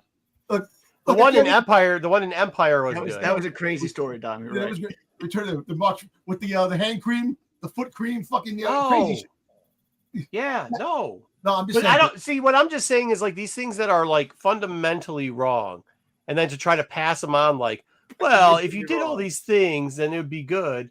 It wasn't, you know what I mean? Like that's not good. Like that's just not good. So, Look, anyways, you move know along. what the reason why it's not good is that because of how long the books are taking. I agree. Queen. And that's the problem. That you get invested in the story, and all of a sudden, 2 novels come out before the book that was supposed to come out, and then you read Next Hugo those. is underrated. Agreed. It's all crazy. It's all over the place. Agreed. Dark Horse has a problem with the distributing. We all know that. Yeah. And of course, you're going to hate it because even though you love the characters in the book, it's the distributing of the fucking books that are taking the love of the story away. Look, I could tell you that the writer who wrote these characters originally did a good job of it, but you shouldn't have, once again, to say like, oh, it's a great book, and then say, no, man, like it's discoherent because you can't fucking pay because you had to read something ahead of time. We don't even know what that is, and then say, well, yeah, but it's still a good book. Like, no, like it's same thing. So I don't know, man. I see. And as for the audio books, they do have to get a different regime on doing the audio books because I don't know. Kevin Scott's audio books have always been on point. Some of them are very questionable. And I understand what the There was audio. one we didn't like. Well, I don't know if it was audiobooks, but there was one Kevin Scott book I think we didn't like. Right? Hold on. What he's referring to is what I said. If they start fucking around with canon, because canon is Star Wars, and you're not a real fan. And guess what? They started doing it, and guess what? Everybody started hating fucking Star Wars after that. So let's let's fucking roll that back real quickly on how much we want to fucking. Let's roll that back on how much we want to clear. Kevin Feige we trust. In Kevin Feige we trust. Here we go. Let's get into it. Star Wars Republic coming next week. We got number 3 out. Dave Filoni, Kevin Feige. Dave Filoni. Good book. It's on the internet. Good book. FOC for number 3 for The Last Stand. Last Stand's the last grouping of these books that are in this like trifecta of the Battle of Jakku. I have to tell you, even if it's just mid here at the end for this last part, they have done such a good job, especially this current one. I think we can agree on that, Wayseeker. The current series that's going on right now, especially how they brought Afro back into it, that even if it's just a middle of the road comic book 4-part series, I mean, this was a win. This project was a win. It's a great read. Me personally, I actually they should have did an animated series on this, man. And they could have had an animated series go on with these characters, and you would have the characters live on. I'd rather have the Clone Wars type animated I series. get what you're saying, Dom, but I get it. Get a good story in comics. I mean, we need this, Dom. We need this win. in comics. Take the win, Dom. What? Take the win. I know, I take the win in the comics, but I'm still thinking that they should have did that. That would have pleased a lot of fans and a lot of people. I don't think he knows You what don't know take they the would win have means even either. gone the same way, though. An animated series could go wrong in lots of ways that a comic Yeah, doesn't. I know, Like but I still think Yeah, so. I mean, it's like this. It's sad that it came to this, that nobody's reading Star Wars anymore, and this came out and it's really good. But like, that's the facts of it. This is actually a really good series. So keep it up. Yeah, they kind of did that to themselves too, right? I mean, it was garbage for. We talked about it was garbage for 2 years or whatever. Like, and then you make it good. It's a positive sign. It's a win. It's a turnaround. But your team's still 2-5. Like, you have a long ways to go to make the playoffs. So we get remaining. So. Well, yeah, and the stadium's empty at this point. Yeah, exactly. I like this release schedule better. I think we all do because we're super fans. I just think this release schedule hurts casuals. I don't know if people can drop $5 every week on the comic. Maybe not, but like, let's say they buy, it's $4, so there's $20. All of a sudden, they get them all together. Where they come in it's like at the end of the month. They come to the shop. Casual comes around once a month. They read all 4 at once. I think it helps with reading. I'll be honest with you. I think it does. Have they pushed digital at all with this? Because this seems almost like a digital release format, right? In a way. Maybe. I kind of wonder if that's a little bit of a push to it. I don't know. Well, I mean, I'd like to go back and see how it does number wise because this is actually pretty good. We'll never get those numbers. I just don't know if it's better or not. You see, another book that's taken 20 years. Here it goes, and here's the explanation for the. I don't think anybody wants to read this horse shit to try. They wrote a book to explain to me what the book's about. Yeah. It's the ninth door. So finally, this is supposed to be coming out again. How many times was this back? At least 6. It's been supposed to come out this year in like March. So like a year later. Jesus. Once again, I guess probably my bigger beef now at this point is with Dark Horse than anything else. I just don't want Dark. I mean, I just can't. You know, if Dark Horse can't get the books out on time, they can't handle it. Give it to another company. They'll have Marvel do it. Or you know what? Why don't you have Boom? Have like Boom Studios or something like that, because at the end of the day, Boom has Disney licensed stuff too. They could put some good Star Wars stuff out. I don't want Boom involved. What? Well, so sadly, this thing happens with Star Wars a lot. Being a video game player, you saw it with Star Wars video games. There was a day when video game players for Star Wars reveled when they would get rid of the damn EA exclusivity. Mm-hmm. And now you've got it in comics. You've given it to at least the all ages branch of it. You've given it to Dark Horse. Like, we're going to love the day when this deal expires. I don't know when the hell it is, but it can't come soon enough. Now. Yeah. It's probably a 5-year license and we're only finishing year 2. Yeah. So, unfortunately, you're going to have to wait it out because, I mean, unless they can find some way they broke the contract, which almost never happens. Either that or find a way of doing better. You're not going to do better. I mean, like that's the problem. I mean, exactly. How many chances are you going to give them? Like, you're on what, strike 8 at this point as far as struck 8 this week. You know what I mean? Like, it's just embarrassing. And to be honest with you, like, I think that's part of the frustration when you have something on Marvel doing pretty good, which Marvel is continuously known to put out just mid-level stuff and never do anything good. They do something good, other stuff's okay, and then man, this just sucks, man. So I don't even know. I don't know if I'm actually going to buy this. I actually think this is the future of Star Wars comics, though. I really do. I think just doing trades will get a different sort of Star Wars reader that isn't in the comics as much. And there's just a bigger population of readers that read books over comics for Star Wars. You know what? I'd rather pay for a trade than pay $6, $7 for a freaking comic book. If you think about it, trade, more of a story, different. In a way, you don't got to wait 4 months for the. That's what Legacy Dark Horse kind of was, right? Was like the miniseries with a trade, Yeah, exactly. Well, Marvel did that before too. They slowed down on making the trades right away when it comes out with the books, but they used to do that. Have the miniseries, and like when Vader Down came out, they dropped off the trade like maybe a month or 2 later after Vader Down.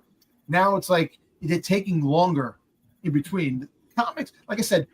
Well, they got bloated with money on comics. Was really like they did $5 for a comic, $7 for a comic.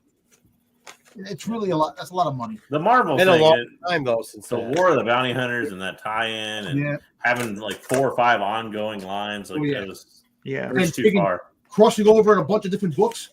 It's like exactly. You know what's funny though? Like when you think about the Battle of Jakku, like all of them together.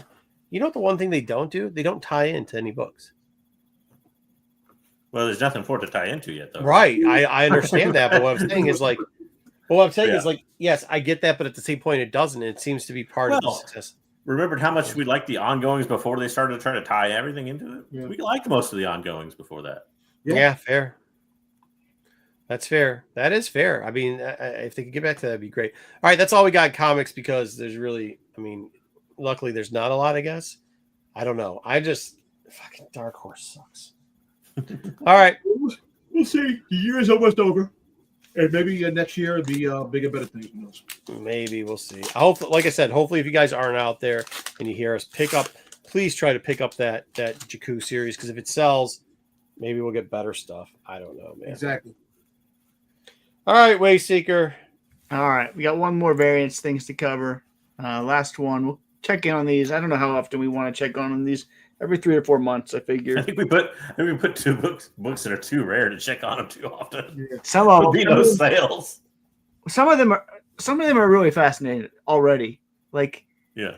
this Galaxy Edge one, that 9.8. There's a really fascinating one where we tracked that one where it sold really cheap. You can tell that they pretty much canceled it. They tried to put it up for auction again. It didn't do very well on it. Oh, It's really? hilarious. It's hilarious. Yeah. So people are losing money. Same seller a week later, put it up for auction again. Really? Why do they keep trying to auction it? That's dumb. So there are some cool. So make sure you save that, because if you don't save the screenshots from that, like if we do it 4 months later, it's not going to be there anymore. So there's some cool data to talk about for a few of these at least already. But this one is one where we don't see these sales very often. This is, I think, My Bargain Comics has like the market on these things. I think I've seen he's posted them on Instagram. I think he's got like a whole long box of these things somehow. So yeah, exactly. Right. Talk to My Bargain. But this is the Comics Pro version for the High Republic Adventures 1. You can see here there's 35 9.8s on census. So the 9.8s are not nearly rare, but you don't see sales very often. And actually saw no 9.8 sales. I've only saw 9.6s when I looked at it. So we've never seen a 9.8 of these come up to market on eBay, at least. Maybe Heritage, private cons or whatever. I don't know. You might see it at cons. I don't know. But the 9.6s we're going for about 400 to 450. really, Yeah. So I mean, 9.8, you're looking what, at least double, if not more. So probably, given that there's never been one, you might even get a bigger premium for that first sale. Well, Comic Pro. So there's 3 different versions to this cover. You have the regular version, then you have the Dollar Tree version, Right. and then you got this, right? Here's the version. the Dollar Tree trying to ruin it. That one. But you got the raw sales there. There's been 2 raw sales, 128 for a raw and 100 for a raw so far this year. That's exceptionally well, considering, as we just said, that fucking Dollar Tree trying to, putting out 2 many of the exact same cover trying to ruin it. It's Well, listen, if a 9.6 is going for 450, if you're able to get a raw and get a decent copy, you can triple your money, double your money, or whatever. You can. But most likely the people that selling the raw were 9.8 candidates that didn't 9.8. Make it. yeah, pre-screens. So, especially with Comics Pro, you're pretty much a dealer if you got a Comics Pro, because that's Still though, I mean, if you buy it for 100, you slab it for what, $40 maybe. you get 9.6, you make money on it. Yeah, that's what I'm saying. Yeah. Put your money. Yeah. It's not bad. No. Yeah, I mean, they had to blow. The reason is they had to blow out on these books too. So like whatever was left was whatever was left too. And sometimes that's damaged copies that they'll resend. So you just got to be careful with what you're buying. But fuck yeah, baby. I'll be interested to see if this one goes down or up. I can't imagine it going up, but I don't know how quickly it's going to go down either, because it's Well, you see, another thing too is a brutal fine. State of the High Republic books. Not a lot of big sales on a lot of the High Republic books, value-wise. So if the High Republic was hotter than when it first started, I could see this book going up a lot more.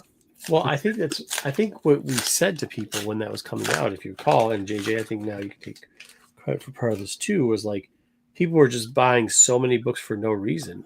I mean, I don't know if you remember, but on IG, he would have whole long boxes of it. Just, and we said this is like the 90s, and people told us, "Oh, you don't understand. Prices are going up." And I said, "Okay." JJ says, "I think he understands." And I said, "Yep, I do understand." And now we have the exact opposite problem. Like we can't get rid of it fast enough. So Exactly. I mean, I don't know. All the numbers got pumped up for fucking High Republic. We'll see how it goes. Luckily, this stuff, the IDW stuff, was a little bit. A lot of more people reasonable. stop collecting Star Wars comics. That's another thing too. I'm not sure they were no, I don't think a lot more people. I think that's a misnomer. Yeah. People who collect Star Wars comics before, and maybe some that weren't but are still collecting Star Wars comics. People who didn't collect Star Wars comics and started saying stuff because they wanted to pump the dump books or they wanted to chase it. A lot of card collectors, you know what I mean? Like that you see a lot. Yeah, new to the hobby, New to the hobby, and to be honest, like people that have collected Star Wars comics that have always collected Star Wars comics, those things are usually bought and end up in a collection. They're not taking them to sell. Yeah. Yeah, I mean, you're not blowing out their fucking mystery boxes or whatever. So, all right, we got the Ahsoka. This is the SDCC version.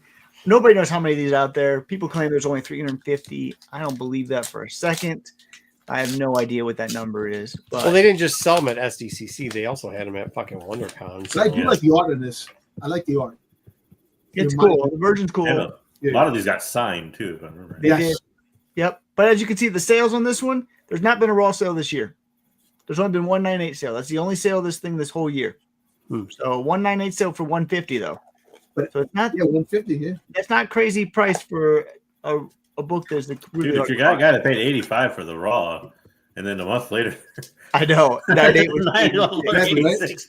You gotta be thinking to yourself, damn. Yeah. It doesn't sell often, but it doesn't go for that high of a price. So that's the fascinating part for this one.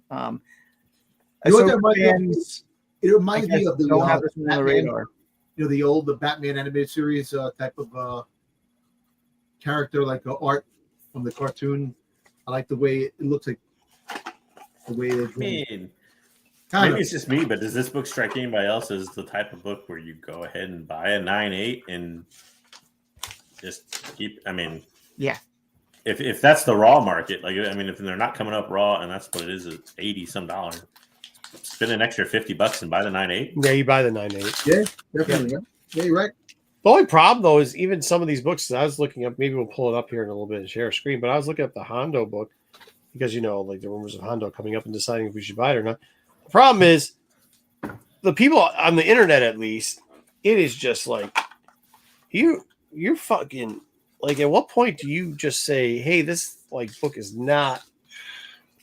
You know what I mean? Like, how do you make an offer on the internet? Because I know how it is sometimes too, and I like so many people they don't even look at prices.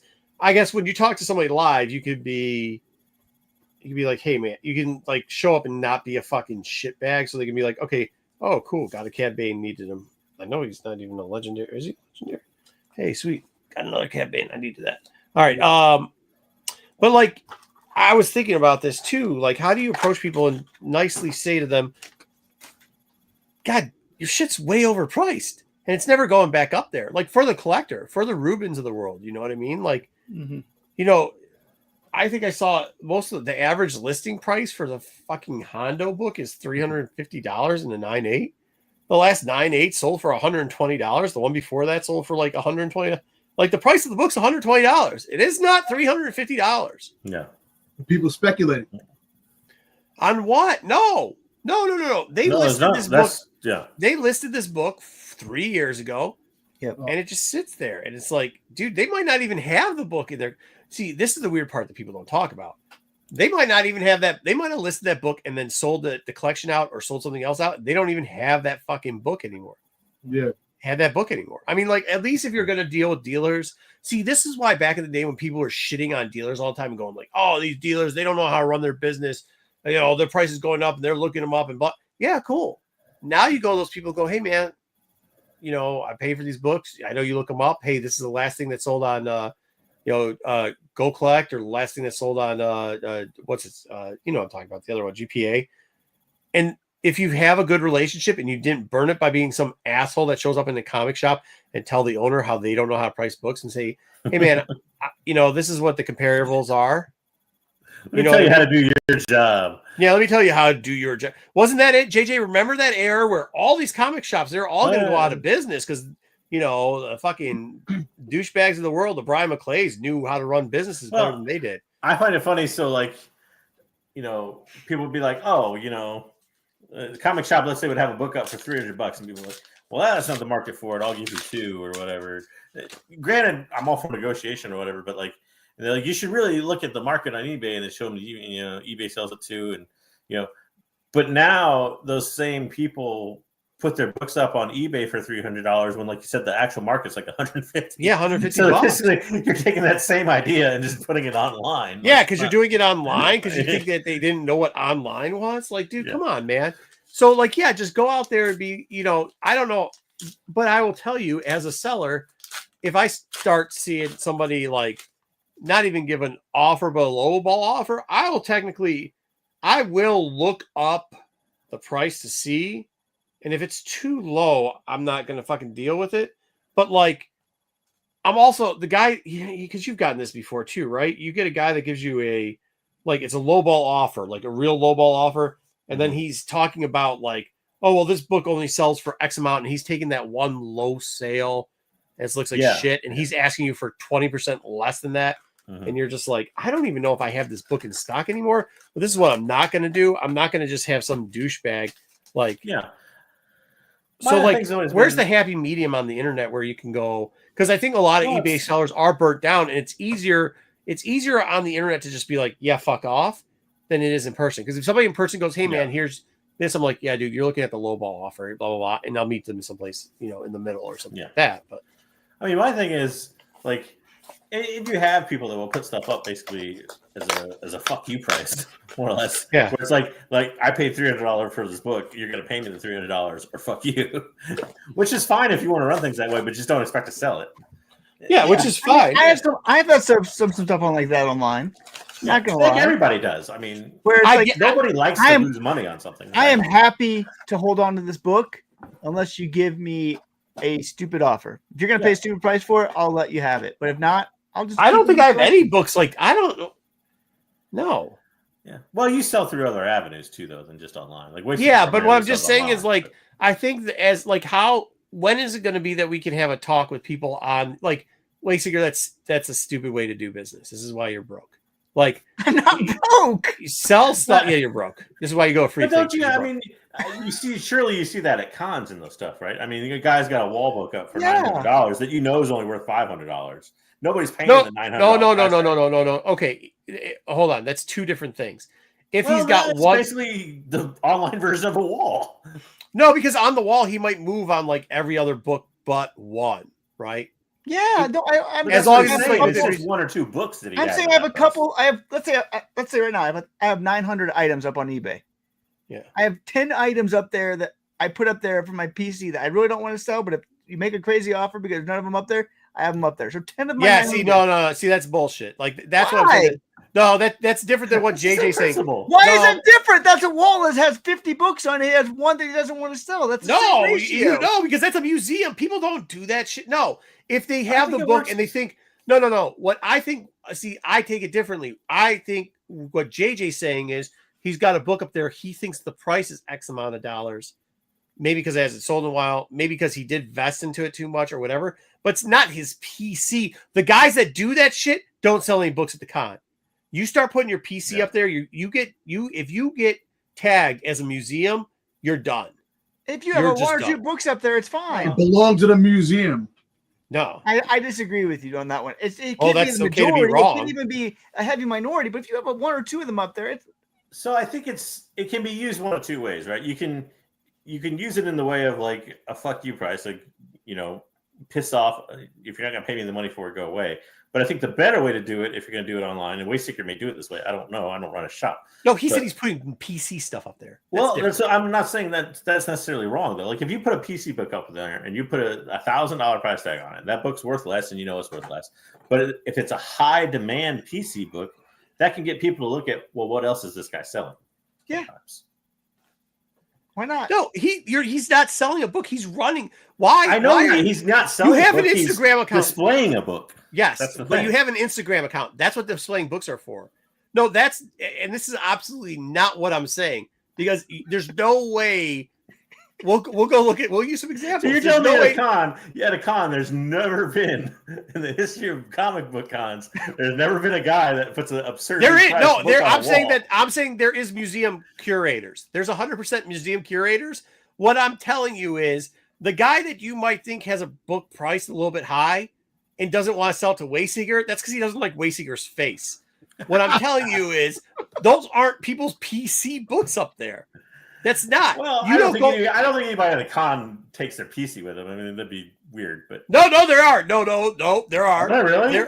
There are people that do that. But on eBay, it's so easy. Curators. It's much easier. You don't have to carry it around. You just take a picture of it, you put it on. I think the way of selling it on eBay is a little bit different. But honestly, like if I put a book up for $1,000, but also somebody gives me a market price for it too. I'm not talking about it. I'm not talking about Waysinger, who somehow has transposed his fucking IG account to his eBay store and doesn't ever want to sell anything. Once again, this is why he's broke. My point is like, what about the guy that does want to sell it?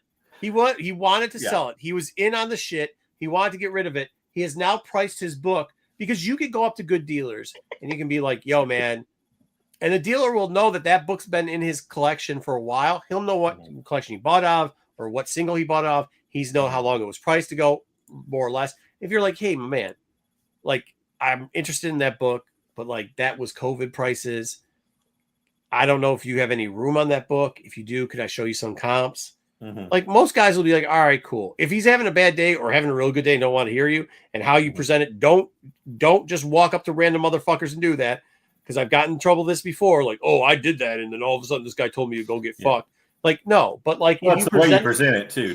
How you present don't be an asshole about it. Yeah, you could do that. You could do that, but on the internet, you see some. I think it's a lot easier for people. I don't think it's fuck you prices. I think it's like they looked up roughly what the price was going for, or they saw it on a top 10 list. Oh, this is a $300, $50 book. They put it up there. It's been 3 or 4 years now. How do you get that price down to like a reasonable price? I think so.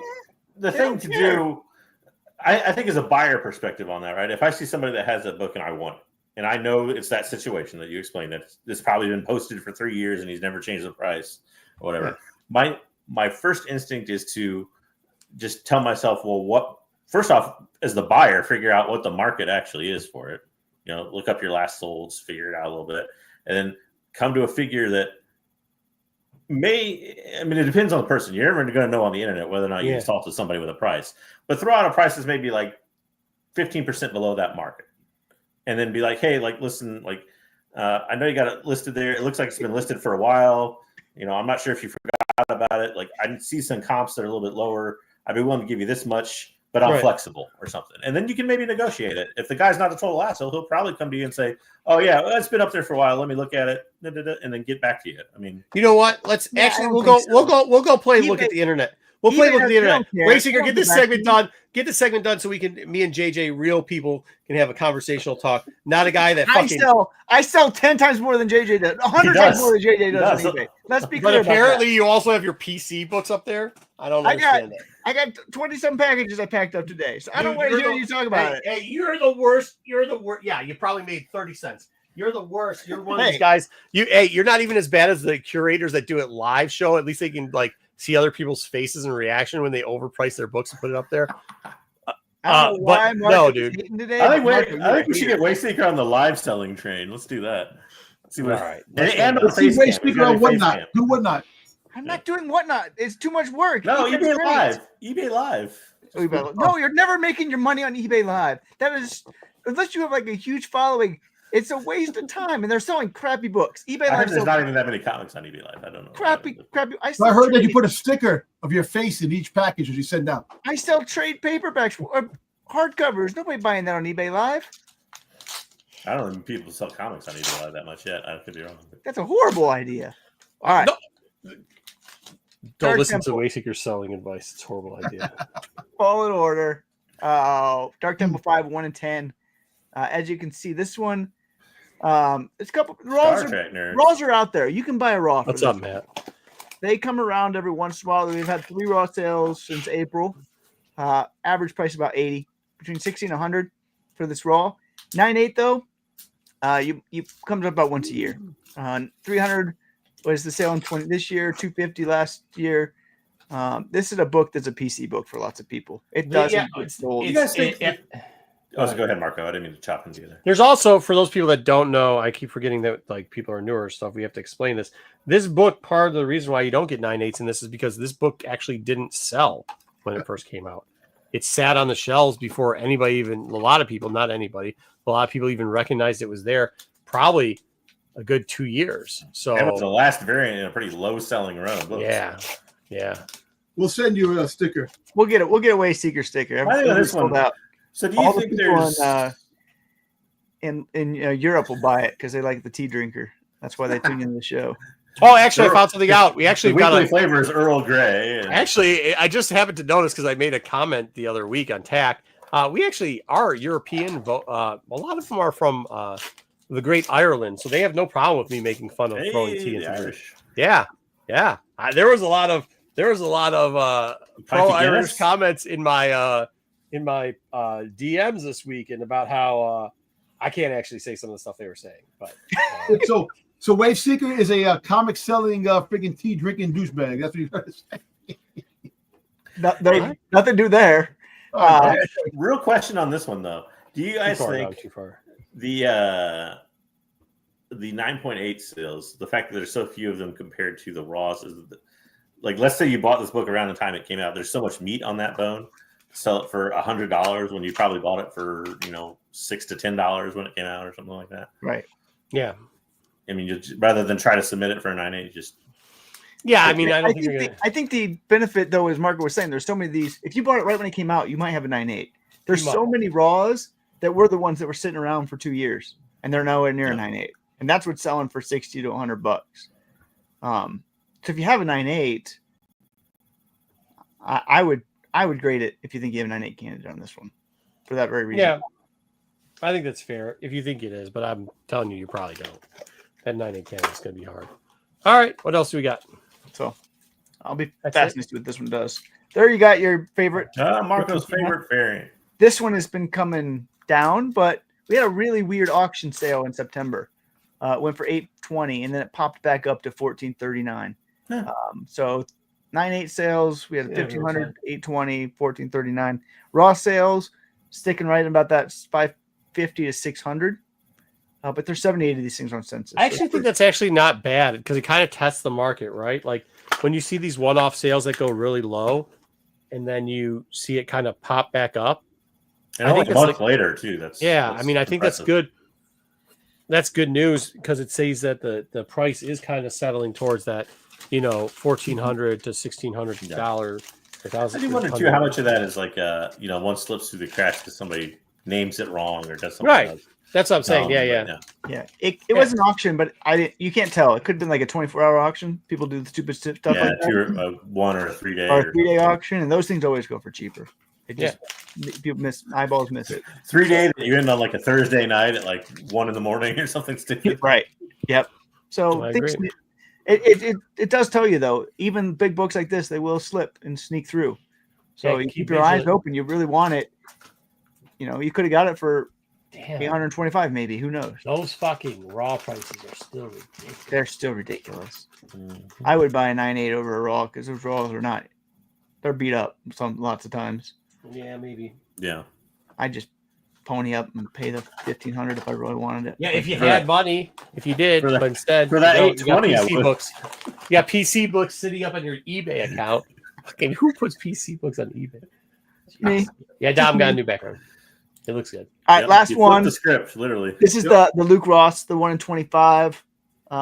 This one is really fascinating because the 9.8 underperforms the raw consistently for some reason. Yeah. You had a raw in August sell for $195, and your 9.8 sales, which happen once a year, are $250 to $300. Again, the 9.8 barely ever comes up. 28 on census is not that many. Here's the other thing about this because it's 6.2. That I would like to see the condition of that 104. Yeah, because this book, there's a lot of shit on this one. There's a lot of shit.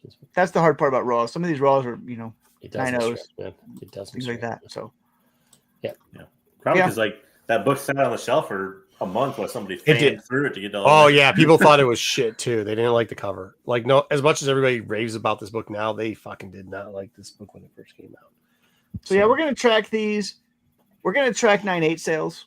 We'll pull up raws that are interesting sales too. But the problem with raws is what Mark was saying is when you're tracking raws, it's really hard to get consistency because like a 9.6, 8.98 candidate is going to give you that $200, and you might get a 9.0 candidate go for $100. So 9.8 is really the only way we get for consistency. But every quarter, we'll at least highlight a few raw sales as well that were, interesting one way or the other. So just to keep that eyeballs on these things, because a lot of these aren't going to sell every quarter in the 9.8. So that's the 30 on our variant list. So it'd be fun to see what happens. All right, cool. Let me see what I got here. I'm going to try to pull something up. Give me 1 second because we talked about it. So try to see if I can see a sale for it. This is interesting. Yeah, it is kind of interesting. All right, let me see if we can do this without screwing stuff up. So we talked about it. Yeah, it's happened before. I wonder if I just memorize it. I'll start off down at this sale. Okay. All right. This will give a good example. Hey, we're going to feed in some stuff here real quickly. Let's share screen. Tom, I feel like you need to paint that helmet. No, that's the prototype. I know it's the prototype, but it's bugging me that it's the one white thing on your shelf. You know what? Colored Bubble Fett. I'll put the that helmet down.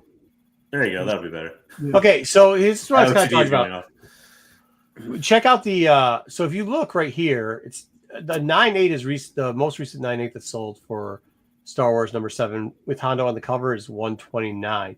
Now a lot of people don't, or I don't know if they don't know this or they don't care about this or whatever, but there is an A cover to that's right here for $85 for the 9.8, which geez, I mean that's just dirt ass cheap.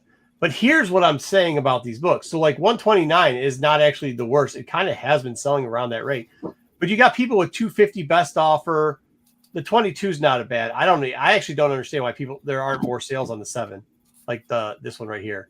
Star Wars Adventure, the A cover or B cover. The A cover never sells as well as the B cover. And I like the A cover better. I get they want the Hondo on the cover, but it always they messed it up because that was the B cover was the Hondo on the cover, right? No, other way around. It was the other way around. Hondo's on the A and it's just or whatever. Yeah. All right. B, yeah. But then like if you're looking at the 9.8s, where are the 9.8s? They have them here. I was looking at this earlier today. I'm like, dude, what the heck are we doing here? The variant doesn't have Hondo on it all. 212, 490. Who the heck wants this shit? It's signed. $500 in a Jim Cummings? Yeah, like Jim Cummings. We all love out of Jim here. Cummings. That's sick. But then you see more down here. You can see a ton. The average price, I looked up what the average price was this for the 9.8s that were being listed. It was close to almost $400. It's $365 was what the average 9.8 is listed for this book, which you got to acknowledge has been a long time since that freaking happened. I'm not going to click on somebody's name to do it. But my question is, like, even with these 250s, 212, the 212 is not bad. This guy wants to sell, but he's got to buy it now instead of an offer. Like, it should be 100. I mean, honestly, you're not selling this book for, what do you think the height you're selling for this book right now is? A 9.8. Like, if you had this book and you had to move it quickly, what would you price it at? Like in an auction, or what are you saying? No, yeah. No, if Wayseeker had to make some money because he's got to pay for, if he actually gave people Christmas gifts, got to pay for keeping those PC books up there. I would sell at $150 free shipping. 150 free OBO. shipping, right? Yeah, 150 free shipping OBO. Yeah, which is like, I just think at this point where this guy's giving 15% off, he's not offering OBO. Like, what are we doing here, guys? But this is the closest one, 212, when it's been averaging 129. Like, at what point do eBay sellers, like, everybody love to give the shit to bookstore owners? At what point do we go up to eBay sellers and say, all right, jackass, like, either sell the book or don't, but like, stop with this nonsense. I mean, $400 for this book, which is, well, you said it yourself though. It's easy to do it though because it's not face to face, right? So, right. I mean, it's easy. It's easy to tell people to f off on eBay. It's not as easy in person. And I also don't have a problem with that 500 signed copy because somebody might be crazy want the Jim Cummings sign, and that's the only one up there. I get, but here's what I'm telling you is, like, we looked at the first page when you actually start putting in different stuff, like first Hondo appearance on it 9.8. You do different stuff because of how they write their things. The average 9.8 asking price for that book is $350. Okay, dude, there's no way that's a $350 book. No, I agree. There's no way. Well, no, that's why, yeah. As the wise buyer, you never go by asking price. Yeah, right? I know that, but like a lot of them don't even, like, they have an OBO, but at $350, it's so far off from even like a discussion, right? Like, I mean, $350, you can't discuss with somebody at $350 because you're in fucking la la land, bro. Well, you're Wayseeker saying this is a PC book. You can, I think, if you approach it in a certain way as a buyer, but at the same time, like, as a seller, remember that a lot of people aren't even going to fuck with it, right? Like, a lot of people are going to see you price it at $350 and be like, "What a dim shit!" Like, yeah, but he's not the only one. We looked at the two lowest prices, which were whatever that was, $225 and $250. But I'm going to then deal with the guy that's lower, right? But he won't because it's not an OBO. Yeah. Oh, He's not OBOing it, dude. He's not OBOing it. He's not. There's no OBO on that. They're just straight up giving you like, I'll give you a discount on this. So, I mean, that's like your two options. And yeah, you wouldn't sell it before until we'll look at those books after Skeleton Crew. But many a times we've had these books not fucking hit, and then it just stays there for $350. Yeah, I mean, like there's got to be a way. Just like, and the problem is, it's not like it's a garbage book. It's not like it's a book that's $5. Like reasonably $150. That's what I was kind of asking. Like you could get out of that book for $150. So when I put stuff on eBay, I normally do auctions. I do have some stuff on there like up for sale, and I've never even noticed. Does eBay have a system like Mercari does where it will automatically drop the price? no. So maybe that's something eBay needs to implement. I don't know. Yeah, they never have, so they apparently don't feel the need to. But like if you had something like that, like on Mercari, like I could put that book up there for $350 now, or like 6 months earlier or something, and it's eventually going to every quarter or every month or whatever drop that price down 5%. And here's what I'll say: I understand if you're expecting like, because there are books that I'll list, and I have it at a little bit higher price because I think that's going to show up in the trailer or something like that. I get that, but those books that are listed between $350 and $400, that's not the case with those books, right? Because I know what Ruben's saying here. He's saying like, oh, I'd wait till they're not. No, those people, I don't want to click. I was going to do it, but I really have a policy against. I question whether or not some of those people even still have those books sometimes. That's what I'm saying. Like if you've had a listing up for 3 years, I got to question whether or not you still have the thing. Mm-hmm. So I agree with that too. I agree with that 100% too. So, I mean, I don't know what we need to do here, but I wish that all those losers who would go and do these big exposés on how, comic book dealers and shops, man, they're screwed. I wish they would be that loud about what's going on in eBay right now, where we got people who may not even have listings available anymore and are still just trying to like, at what point do you get it? And I think you're right, JJ. I think some of these people are the people that were complaining about the store shop. Sure. For sure they are. I would push back on your Jim Cummings though. I mean, who is it? Nobody's talking about Jim Cummings. They had Winnie the Pooh Day at Fan Expo, and his line was like 4 hours long for signing for Winnie the Pooh stuff. So, but this is not Winnie the Pooh comic. There might be a Winnie the Pooh Star Wars fan out there that just wants stuff. Is he the cover artist? I don't even know who it is. No, he's the voice actor. He's the voice actor from. He's also the voice actor for Winnie the Pooh. So. Somebody out there might be like, I love Winnie the Pooh. I love Hondo. This is why Wayseeker's broke, because he does shit like this. Yeah, thank you, JJ. I don't think I've ever heard JJ say "what the fuck" before. He just did. One person say, "I will broke Wayseeker. Do you realize this is how bad it is? That's like saying broken JJ now. You broke Dom a while ago. Now you've broken JJ. That's like saying, I mean. When I get like a Matt Groening like autograph, I want it on like Simpsons, right? I'm not like looking to get it on like something he created one time for fucking one comic book somewhere. It just needs one person. That's all you need. Actually, you know what? That's one of okay, hold on, Wayseeker. You're laughing at this, but that's one of the biggest lies they kept always saying is you just need one person, right? Like, no, you don't. You actually need like 10 people. Because they're not even going to find your fucking listing, dude. You need a bunch of people, not one person. No, you just got to have the one person that wants Winnie the Pooh Hondo. That's it. There's only one out there. It's not Winnie the Pooh Hondo. It's Hondo. Let's go back on the basis of a Skeleton Crew tomorrow. All right. What are the possibilities of Hondo's name being dropped? Probably tomorrow, probably nothing, because it's too early, I think. No, it's too early, yeah. It's too early in the show. Later on, maybe, but I think the first 2 episodes Do you think a name drop, not an appearance? No, we're not getting any of that. What? We're making it a Wayseeker because we just figured out that instead of fucking selling stuff on eBay, I'm going to prove a point to Wayseeker. I think what we're going to get is we're going to get the Jim Cummings in the background talking, and everybody's going to be like, there's Jim Cummings right there. It's Jim Cummings in the background. Shout out, Wookie. I want to prove a point to Wayseeker. I'm not going to pull up the listing and show it on screen or anything because I don't want to dox anybody's eBay listing. But here I have, looking at it right now, a Signature Series official Topps Star Wars autograph Hondo Inako card. Right. What's my price on it, you think, Wayseeker? Jim Cummings is so popular. What's the price for this card? One buyer. It's one of one, right? $25. One of one? No, it's not a one-on-one. It's just a regular $25. If it's just a regular, $50.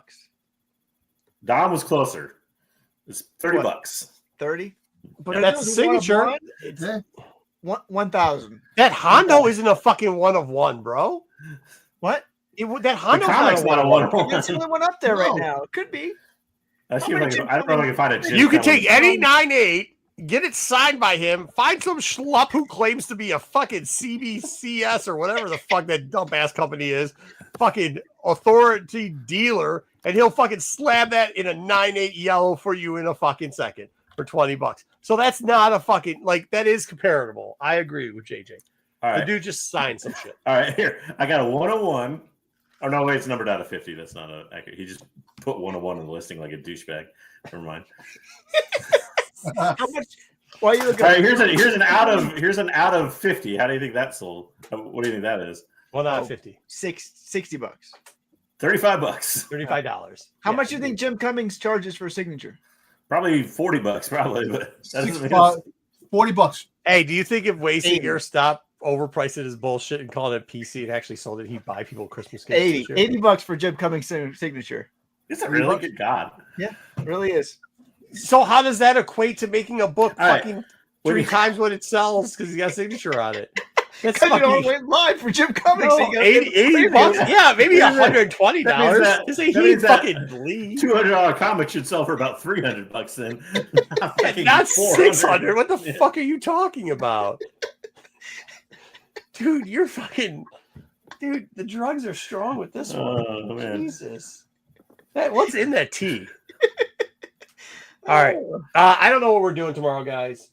We haven't got to a conclusion with it. The chat hasn't told us what to do. The only person that says something is Ruben. We'll let you guys know. Leave on the watch Dom's page because he'll usually put up a thumbnail if we're going to do it, and then leave the notifications maybe just for one day on. Shout out Dom. I guess not saying anything to Mark Spears, even though I gave you a whole bunch of shit to put down on a slide. Shout out to that, Dom. Did you do the slide with that? Did you have Mark Spears on your show the other day? Yeah. Did you go I over? did the slide, but we talked about it. I talked about the stuff, and he was like amazed. Like, where did you get the toy fair? I said, yeah, the statues and stuff like that. So I impressed everybody on the freaking show when I was talking because Oh, There you good. go, Don. There you go. Shout out Dom. There you go, Dom. Good job. Although next time I'm not going to fucking help you put slides together unless you use them. So make sure you check that out. Check out Mark Spears. He did a lot of good stuff there. I haven't seen the episode yet. I'm behind on the episodes, or I just don't watch this show. But either way, I hear it's a great episode. Make sure you guys check it out. it was a good episode. Mark Spears was an awesome dude, man. Mark Spears is great, dude. He's really great. He's a really good dude.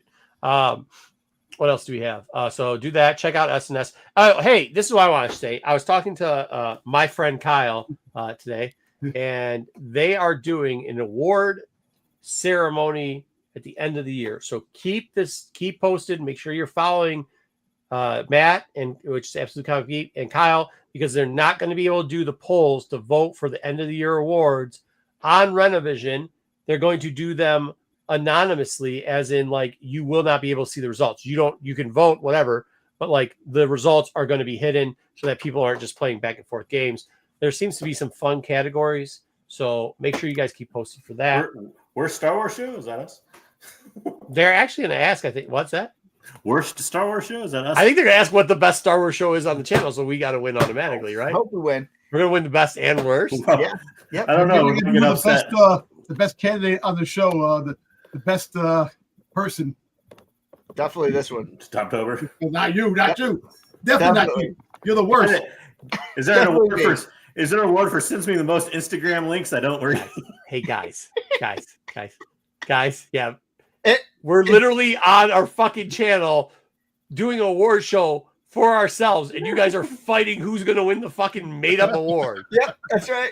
It's like And the what is Dundies. wrong with this Show, place? you're It's welcome like the anytime. Dundies. It's competitive. What can I say? You can come on anytime, Jim Cummings. We would make time for you. We can talk about Hondo, whatever. So, Wait, so you can Yeah, really want your best autograph, award for the apparently. creator of Tales from the Dark Side. So I'm winning an award. Just so you guys know, I'm winning an award.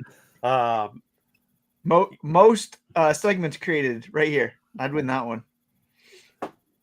Probably so. I would. There's no doubt about that. Wait, what? On this, dude? You forget? Slides because your book reports are like 8. Yeah, slides. most slides. Oh, is that what you're novel asking? that comes Yeah, out, most slides created. yeah, Probably most slides, you. yeah. Do remember when I created the show like 4 years ago?